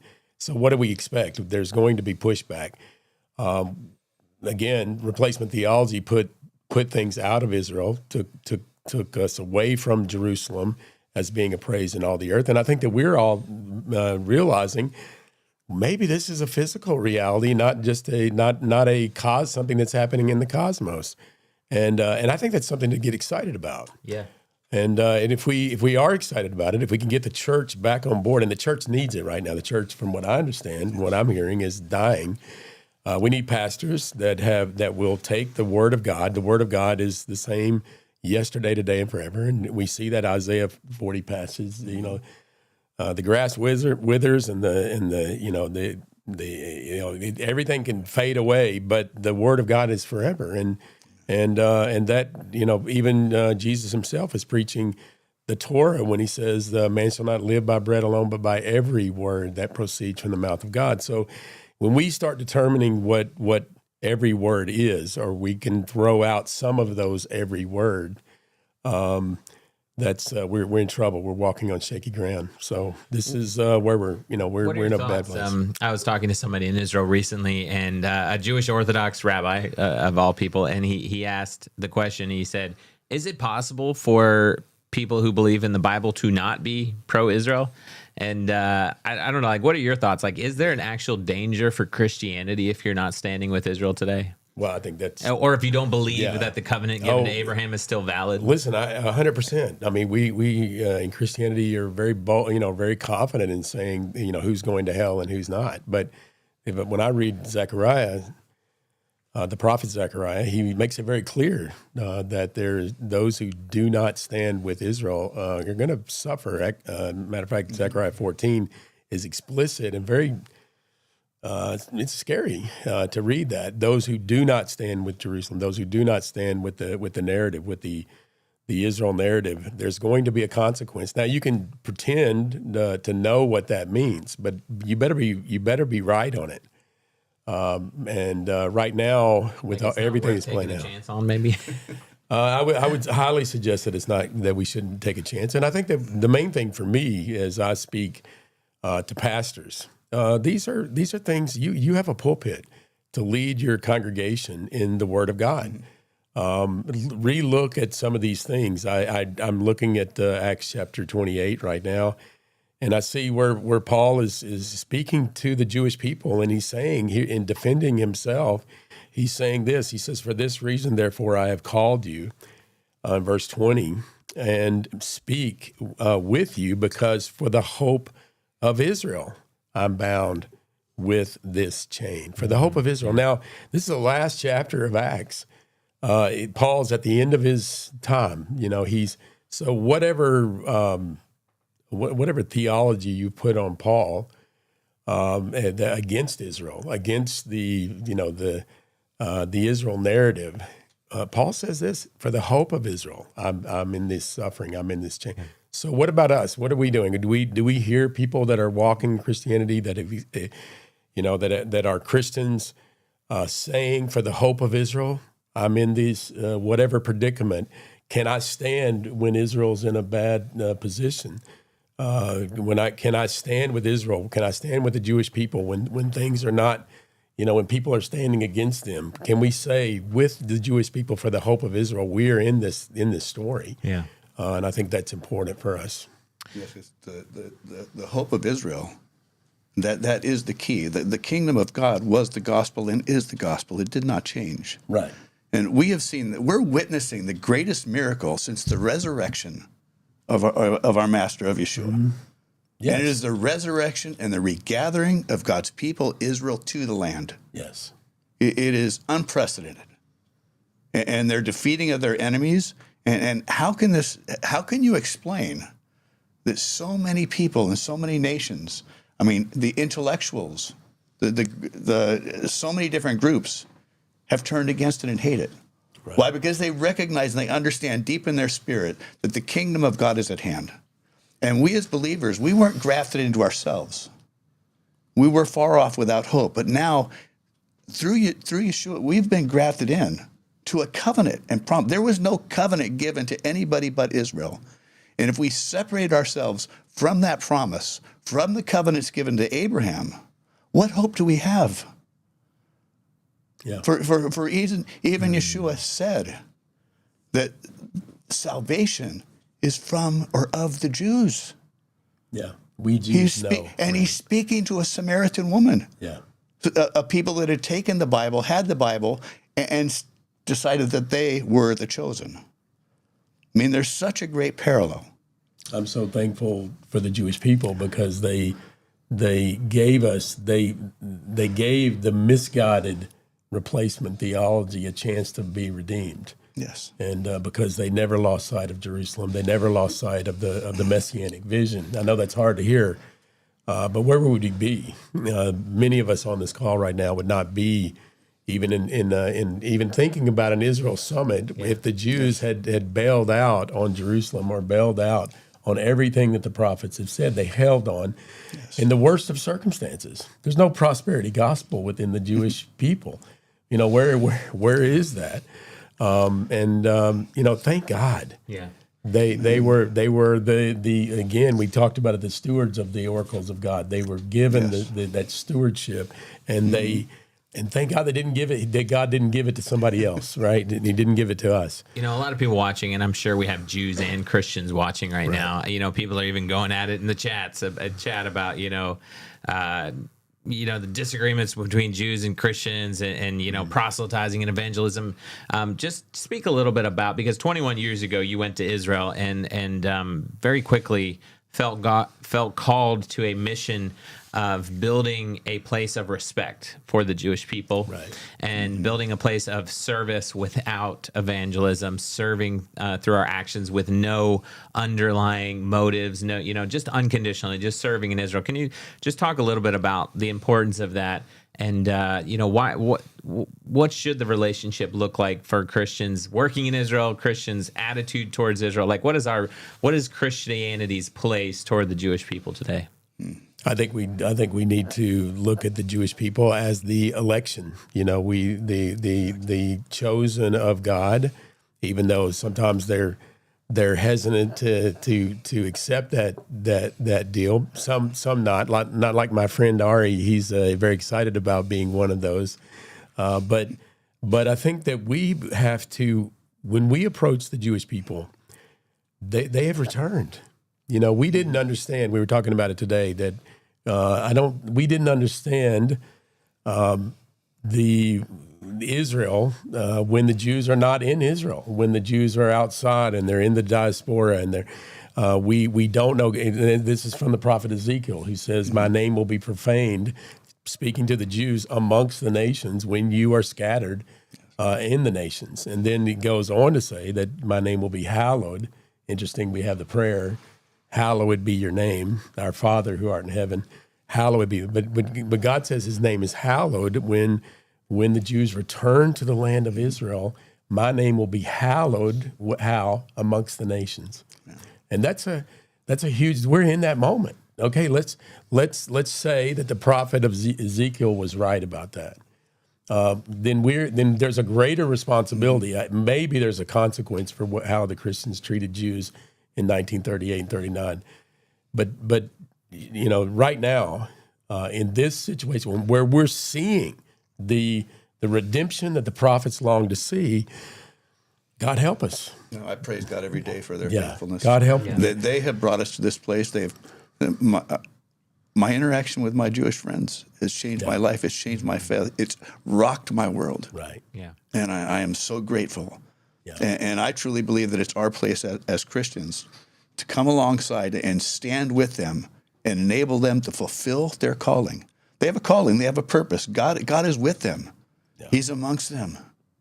Yeah. Let's grab them and strengthen them in their calling. I like to tell people, because a lot of people, they hear, you talk about the covenant and the Jewish people being a chosen people, and people think, well, I'm special too. And I like to tell people, it's not about the Jewish people and the nation of Israel being chosen, and then the Gentiles are like just kind of out here floating around somewhere. I said, no, it's about God's promise and covenant to Israel. And then the invitation is for the nations of the world to come participate in that promise. So we have that opportunity, and it's up to us. Are we going to participate in the blessing that God gave to Abraham, the covenant that he made that's still everlasting, unconditional? That's the beauty of it. Bible talks about the light and the Torah going forth from Zion. As people from the nations, we have the opportunity and the decision on whether we're going to participate in that or not. We don't have a lot of time, but Mr. Steve, you're very much involved in giving people practical ways to get involved in Bless Israel. Mm-hmm. How do you, give us some ways that people can take action to support Israel and the Jewish people today, right now? Obviously, I'm going to give the Israel guys a plug. Get on their YouTube station and sign up and watch it and share it. Go with Hayavel, go to the land. They have many, many opportunities, from agricultural opportunities to teaching and tours. You'll actually get to walk the land and know the people. Of course, you can always come to Blessed by Israel. That's right. And we serve the small Jewish communities and farmers throughout Judea and Samaria and Israel. And I'll have Josiah put a link in the chat for us, so people it's basically practical. People can order products and have them shipped straight to their door from Israel. Yes. Yeah. It's how do we build together? Because the Jewish people I know are not looking for handouts. They're saying, come and help us and build with us. Yeah. And we have an opportunity to give them strength. Every time we go, every time we do something. We also have an endeavor called 10 from the Nations. And that is where we, as Christians, grab hold of the tzitzit, of the garment of a Jewish person, and say, God is with you. Let us go up with you. We want to be part of this. And I don't believe that it's their job to drag us up. We grab their garment and they have to drag us up. It's our job to lift them up, to fulfill their calling. So, but engage. You should be talking about Jerusalem. You should be praying towards Jerusalem. You should be talking to your pastor. Look up the promises. Get engaged. Talk to your friends. Talk to your children. Talk to your pastor. Talk to your congregation. Whoever you are, you have a place and a voice. So you can make a difference wherever you are at. I would also say to the pastors out there, you came into this calling as someone, and I would be willing to bet that you felt like you were called to change the world, that you felt like you were put in this position for a purpose. And I want to say to you as a pastor, this is your moment. Grab hold of this narrative, because this is the Word of God from Genesis to Revelation in our Christian walk. This story doesn't change. As a matter of fact, we're witnessing the continuation of a biblical story right now. This whole thing that's happening in Dallas and Texas and all over the world is something that is of biblical proportions. We are in the story. I invite every pastor to get in the story. The Jews in Israel say to me, Tommy, there are some prophecies that we cannot fulfill, only you. And the church, I believe, can change the story. We can end the conflict. We can stop the conflict in Gaza if the church would get engaged, get on board. If those that are prayer warriors here would pray, those that can put feet to those prayers would come and get engaged and get involved, we can stop this warfare that's going on all over the world, and we can stand with our Jews for the first time. Let's do that, and let's make a difference. Amen. Yeah, practical ways to get involved. Blessed by Israel. You can purchase products direct, and they're small businesses a lot of them in Judea and Samaria, coming straight from Israel's heartland, and that supports the people to live and thrive in Israel. I also don't want to take it for granted that everybody knows about Hayuvel. ServeIsrael.com. Josiah, let's put a link for that as well. That is a way to come to Israel, get off the tour bus, and volunteer. You get your hands and your feet dirty in the soil of Israel. We're helping Jewish farmers, and it's a trip to Israel, a program like none other. Most people come who have already been to Israel once, and now they want to come back, but they want to get off the tour bus. They want to meet the people, work in the land, get their fingers in the soil, fulfill biblical prophecy, and that's what happens at our programs in Israel. ServeIsrael.com. We have about 7 or 8 programs every single year. Would love to have you join us. So I want to thank you both so much for the inspiration. It's so important for Christians today to get actively involved, and we have to respond. We cannot be silent. So thank you so much, Mr. Steve Werp from Blessed by Israel, Mr. Tommy Waller, founder of our organization here at the Israel Guys in Hayuvel. And as we transition, we got a couple of really special speakers from Israel who came here just for the Israel Summit, and they're looking forward to speaking with you guys. But first, we have a special message from Arkansas Governor Sarah Huckabee Sanders. Let's roll that clip right now. Hi, I'm Arkansas Governor Sarah Huckabee Sanders. I had the chance to go to Israel with my parents for the first time when I was only 11 years old, and it changed my life. We went to historical monuments and biblical sites, and one of the last stops on our trip was Yad Vashem, which commemorates one of the darkest parts in all of human history, the Holocaust. It's a pretty intense, heavy place, and my parents weren't sure I was ready for it, but they wanted me to understand the importance of standing up against evil, so they decided that they would take me. As we walked through Yad Vashem, I watched videos of entire families being marched to their deaths. I saw the hundreds of shoes that had been taken right off of the feet of Jewish children my age and piled one on top of another to be burned. I listened to the names of the 1.5 million Jewish children murdered by the Nazis were read off one by one. I was told it takes months to get through the full list. I didn't speak a word as we walked through the exhibits.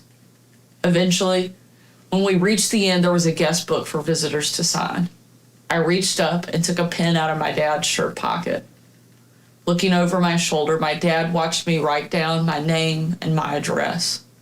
And then I wrote words that neither he nor I will ever forget. Why didn't somebody do something? A very simple phrase. As you know, my dad is currently serving as the U.S. ambassador to Israel, and he is now the man who is doing something. In the ongoing battle between good and evil, each of us can do something. And I applaud you all for being here today as we continue to fight for Israel and stand up against anti-Semitism. With God as our witness, we know how this story ends. The enemy will be defeated and good will prevail. Arkansas will always stand by the nation and the people of Israel. Hey guys, welcome back to the studio. I am here with an Israeli cowgirl, Ruti Man. Thank you so much, Ruti, for joining us here in the studio. We're in Texas. Ruti came all the way in from Israel, from her ranch in Binyamin, to meet with everybody at the summit. Obviously, the summit didn't happen, but Ruti is still here. Yeah. So, Ruti, thank you for being on the live stream here with us. Tell us, what is you guys' ranch? Okay, so first of all, thank you for having me here. Appreciate it very much. We have a therapeutic horse farm, which we help children and high young women at risk. Mm-hmm. Unfortunately, the last year called us to help a lot of soldiers and PTSD guys and women and men that came out from Gaza and the war. We call it invisible injury because they're coming out, everyone look at them and they seem like they need to function and they look like, they don't have a wheelchair, they look full, and you need to understand they really hurted inside. Right. We see the people that get injured or this many people were hurt. Yeah. But those people aren't even a part of the statistics. We're not seeing the people that were psychologically traumatized. So you cannot see that. And most of the time they won't go out of house because they feel very bad about that. And it's very hard. It's very difficult. They feel alone. And the ones who pay the prices is the family, the kids, the wife. So Israel changed the past 2 years. It's everyone knows that, but I see it in the farm. So what do you guys do? Like, what is that? So the farm is they do therapy, horse therapy, right? So maybe and what is tell us the story of somebody that was impacted there. I will tell you a story. I will tell you how horse can help because I'm in Texas and I feel that many people can understand how impact they have the horse have on the person. So when patient coming to a horse and the horse react, it's the best mirror. It doesn't judge, it doesn't have question, it just admire, it just react. I mean, it doesn't feel bad about you. It don't angry about you. It's just a horse. If you manage your feeling, the horse react. So the PTSD, there is a mirror here. It's very effective. It's very strong. And I can tell one quick story, that we had a very strong guy from a high unit, which I cannot say in public, but he was a Superman just a couple of days before he injured very badly, wounded in the legs, 2 legs. Wow. He nearly cannot walk. And he came to the farm.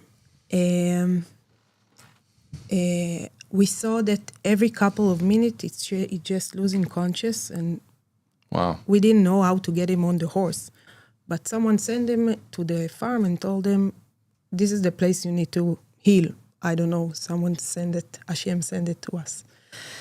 So we made a decision with a couple of guys that stand near the horses. We took him on the horse, and for 45 minutes that we walking in the hills of the Judea desert, the best place you can heal the soul. You see the Bible all over. Yeah. This guy was sitting and smiling like this. It's good he have the ears to stop the smile. And when we took him down from the horse after 45 minutes, he didn't stop talking all the way. He said, "Oh my God, I feel like they took my legs away." Wow. And I mean, yeah, you just start crying. You hear it. Wow. But I know I gave him 45 minutes of good time and healing and the opportunity to understand he can do it and continue. After 2 minutes, he lost consciousness again. You saw it. So it was incredible, quite amazing. And before a quick movie that will show what we've been through this year, I want to say that I lost my mother 6 months ago. Wow. It was a surprise. We didn't know what's going to happen. And 2 days after the Shiva, I got a call from Sherry Waller, my dear, dear mother now, like, and she told me, "You have a call. Go there, they need you." And I telling you this, all America, this is my call for everyone. Israel need you. This is the time, this is the place. Go up, help us with we need it. We need it badly. Amen. Well, thank you, Ruti, for what you guys are doing on a daily basis. And this is going to be the first healing center from its kind in the Judea and Samaria. We don't have. Wow. So we're gonna roll a clip of Ruti's farm. They are right now even building more. They're growing this. They have a lot of people that are coming through there for therapy, not only IDF soldiers that have been through crazy things in the war, but young girls, young people, different trauma situations. So you guys are really, really doing amazing work. Thank you, Ruti, for what you guys do. Thank you. And let's roll that clip now. For the past 12 years, Ruti's farm has provided therapeutic support to thousands of children. Let me introduce you to 3 extraordinary individuals who embody the impact of our work.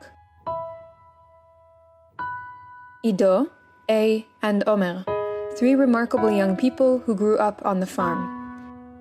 Began as patients, became riding instructors, and are now serving in the IDF.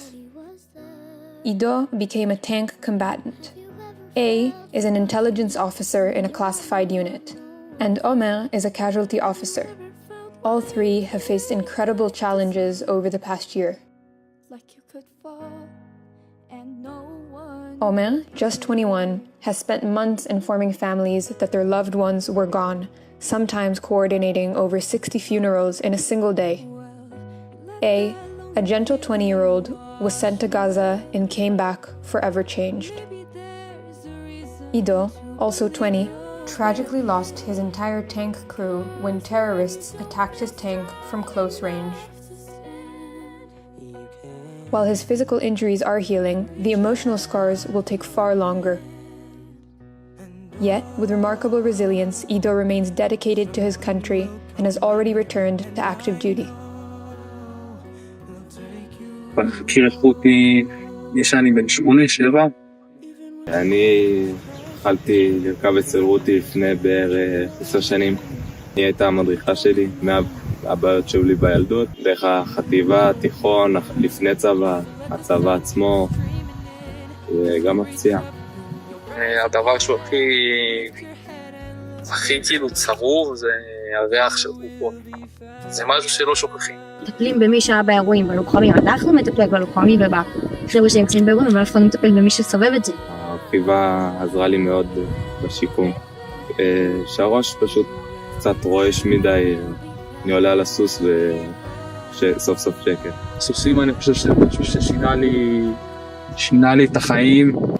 בשבילי אבל זה איזשהו מקום מפלט. זה לאו דווקא מקום מפלט של להיברח מהבעיות של עצמי, אלא מקום מפלט של אני בא לפה בשביל לטפל במה שחוויתי. במלחמה הקפדתי להגיע כל סופה של חווה. גם אם זה סתם לעמוד שם ליד הסוסים וכאילו להרגיש בבית, אותי זה חיזק, ידעתי שזה כלי מטורף. להתמודדות עם הטראומה שהם יכולות לחוות מהטראומה של אחרים. ובנות שאסור להם לספר מה לוחמים סיפרו להם, כאילו זה מסווג.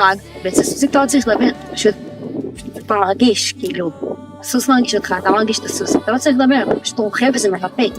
חיים שהיו להם לפני אי אפשר להחזיר, אבל לתת להם את הכלים להתמודד עם הסיטואציות היומיומיות, שכן קשה יותר להתמודד בה עם הפוסט-טראומה, ורגע לתת להם את הכלים לנסות לחזור לשגרת חיים כמה שיותר תקינה.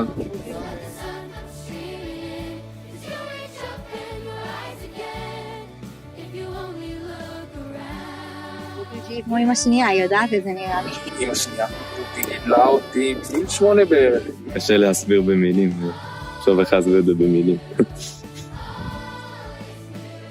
מכיר המון חוות בארץ, אני חושב שיש חווה שהיא באמת מקדישה את כל המשאבים שלה וכל אגורה נטו לחוץ של אנשים. מעולם לא ראיתי את רותי עושה משהו בשביל הכסף, ראיתי אותה תמיד עושה את זה מאהבת הטעם. אז הרחבתי בעוד כמה חוות עם חברים, זה לא החווה שלנו. אין את הקסם הזה, אין את המדבר הזה, סוסים האלה, ואין את הבית הזה, כי זה האנשים. החווה היא כמו בית שני בשבילי, גם הסוסים, גם האנשים, מקום שאני יכול להרגיש בו בנוח. אני לא צריכה שהחיילים יסבירו לי מה קרה, כאילו, שסוס לימד אותי לעשות את זה, פשוט להקשיב ולהיות. אם עוד אנשים במדינה הזאת יוכלו לקבל את הכוח הזה, זה בעיניי יכול להציל הרבה אנשים. שלי אין את היכולת להציל את כולם. סוס אחד יכול להציל הרבה. Hundreds of thousands of citizens and reservists were called up in the midst of their lives, leaving behind families and careers, enduring challenges beyond imagination. We're here for them, helping them heal through the power of nature, horses, and community.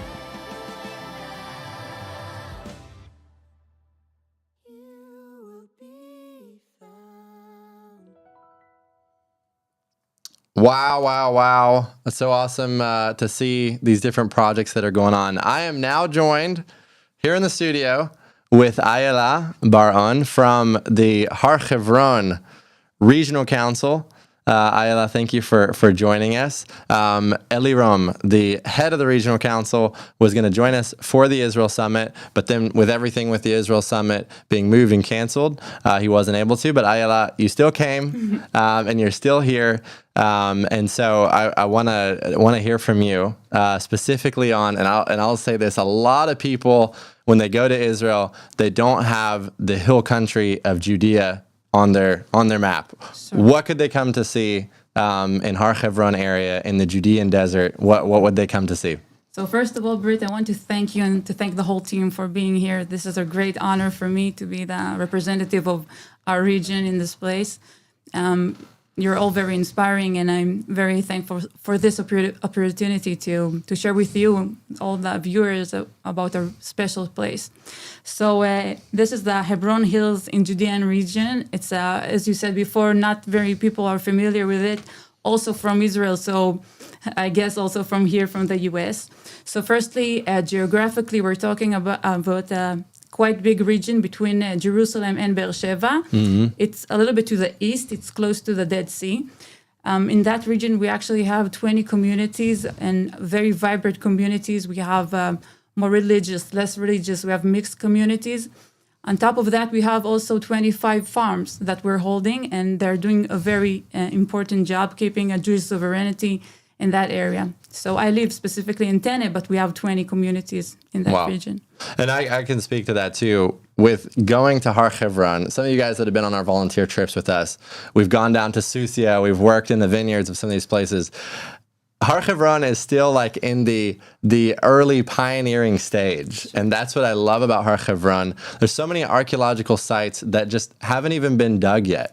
Like you have the archaeology there at Susia, which is amazing. I would encourage anybody that's going to Israel, go visit Susia. So actually, I brought a small surprise here also for you, Brittany, maybe, and also for the viewers, but small things that I want to share with you.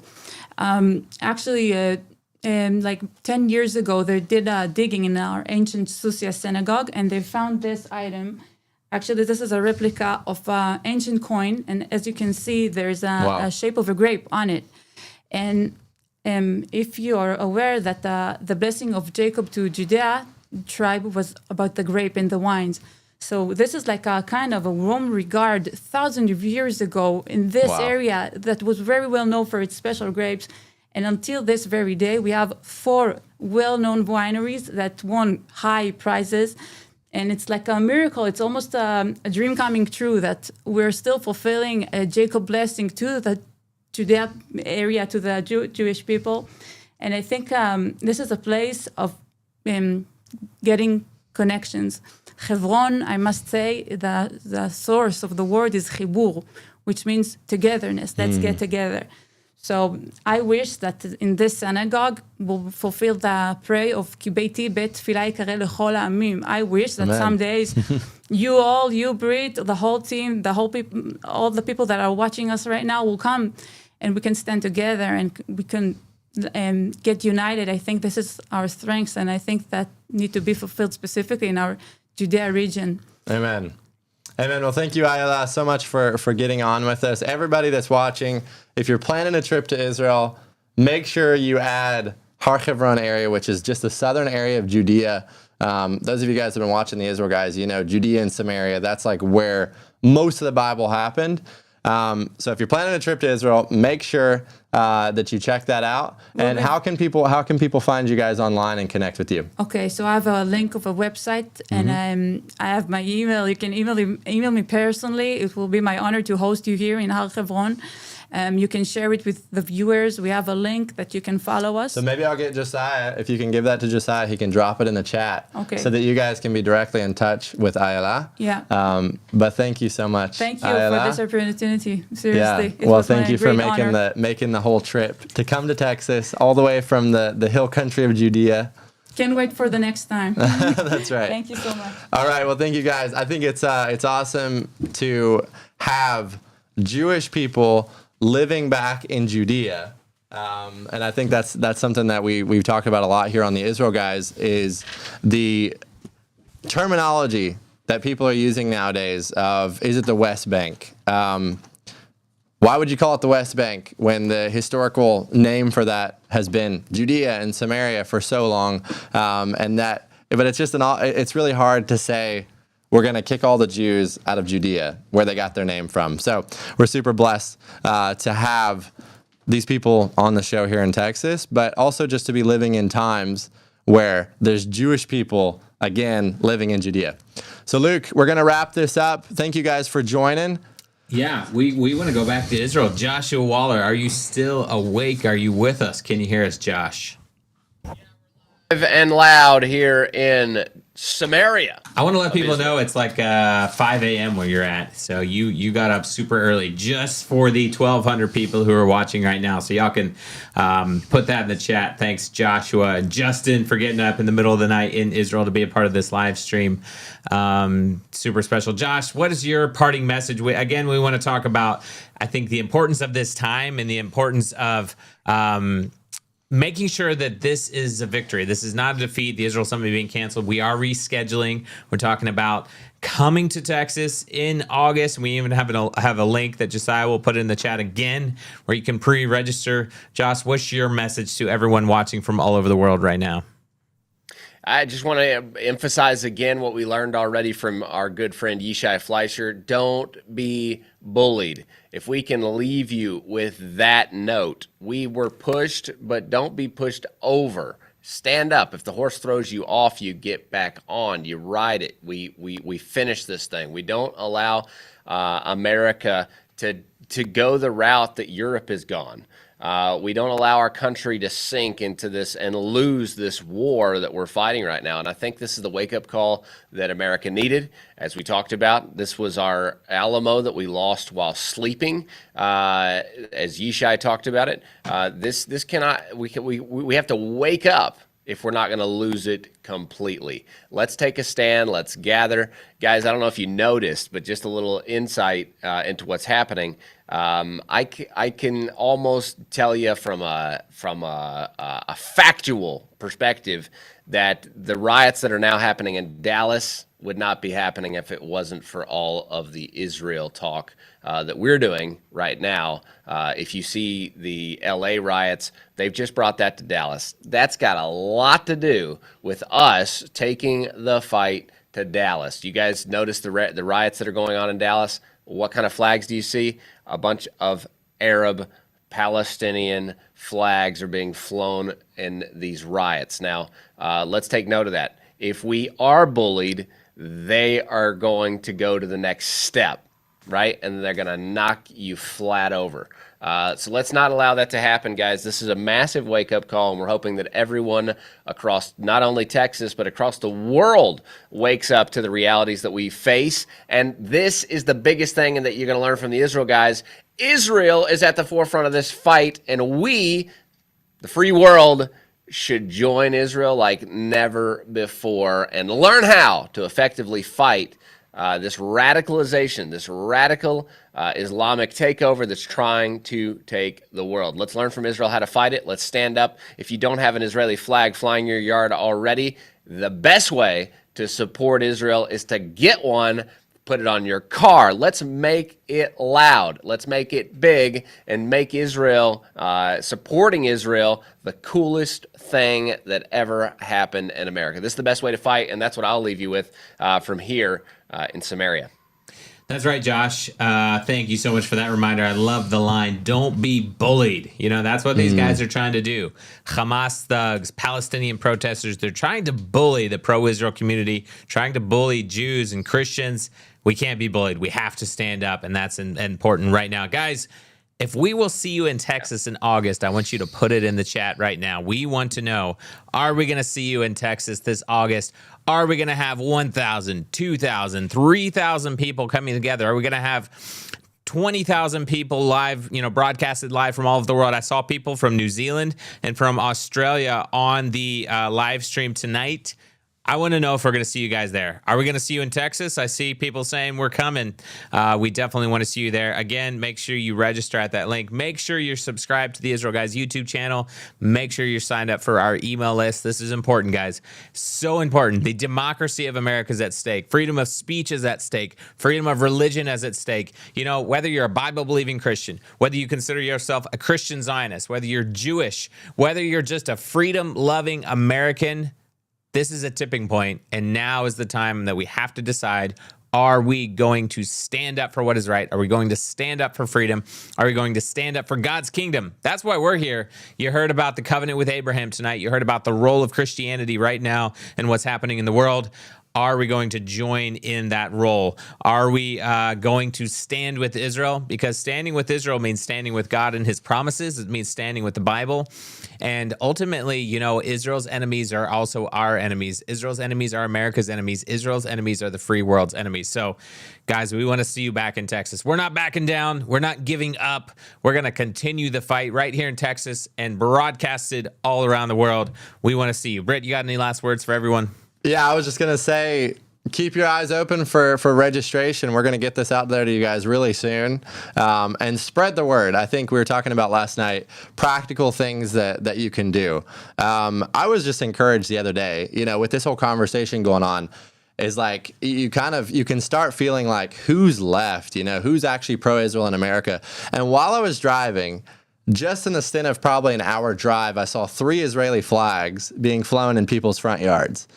And it just really hit me, because I realized those people, like Josh said, they're not being bullied. And I want to encourage all of you guys, don't be bullied. Put up an Israeli flag. However you can stand up, whether it's contacting your local officials, signing up for the Israel Summit, doing the pre-registration. Bring your friends out. Bring everybody you know. We're going to have an amazing time this August in Dallas. So yeah, I would just leave everybody with that. Just like we heard from Arkansas governor, why didn't somebody do something? Right now's the time when you can do something. So that's right. Guys, that's it for tonight's live stream. This was one of the most amazing events we've ever had. I think Ben behind the production desk over there said there's more than 12,000 people that have been watching already. Obviously, this replay will be available for you to watch. I do want to thank all the guys behind the cameras, behind the production desk.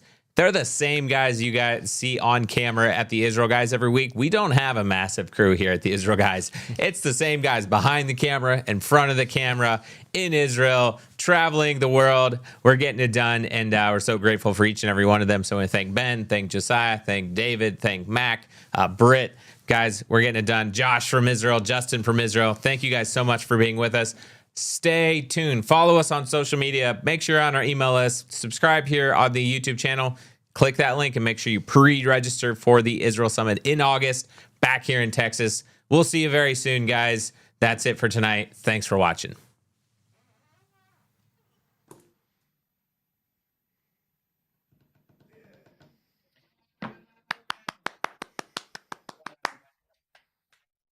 Good job, gang. Way to go. Ugh.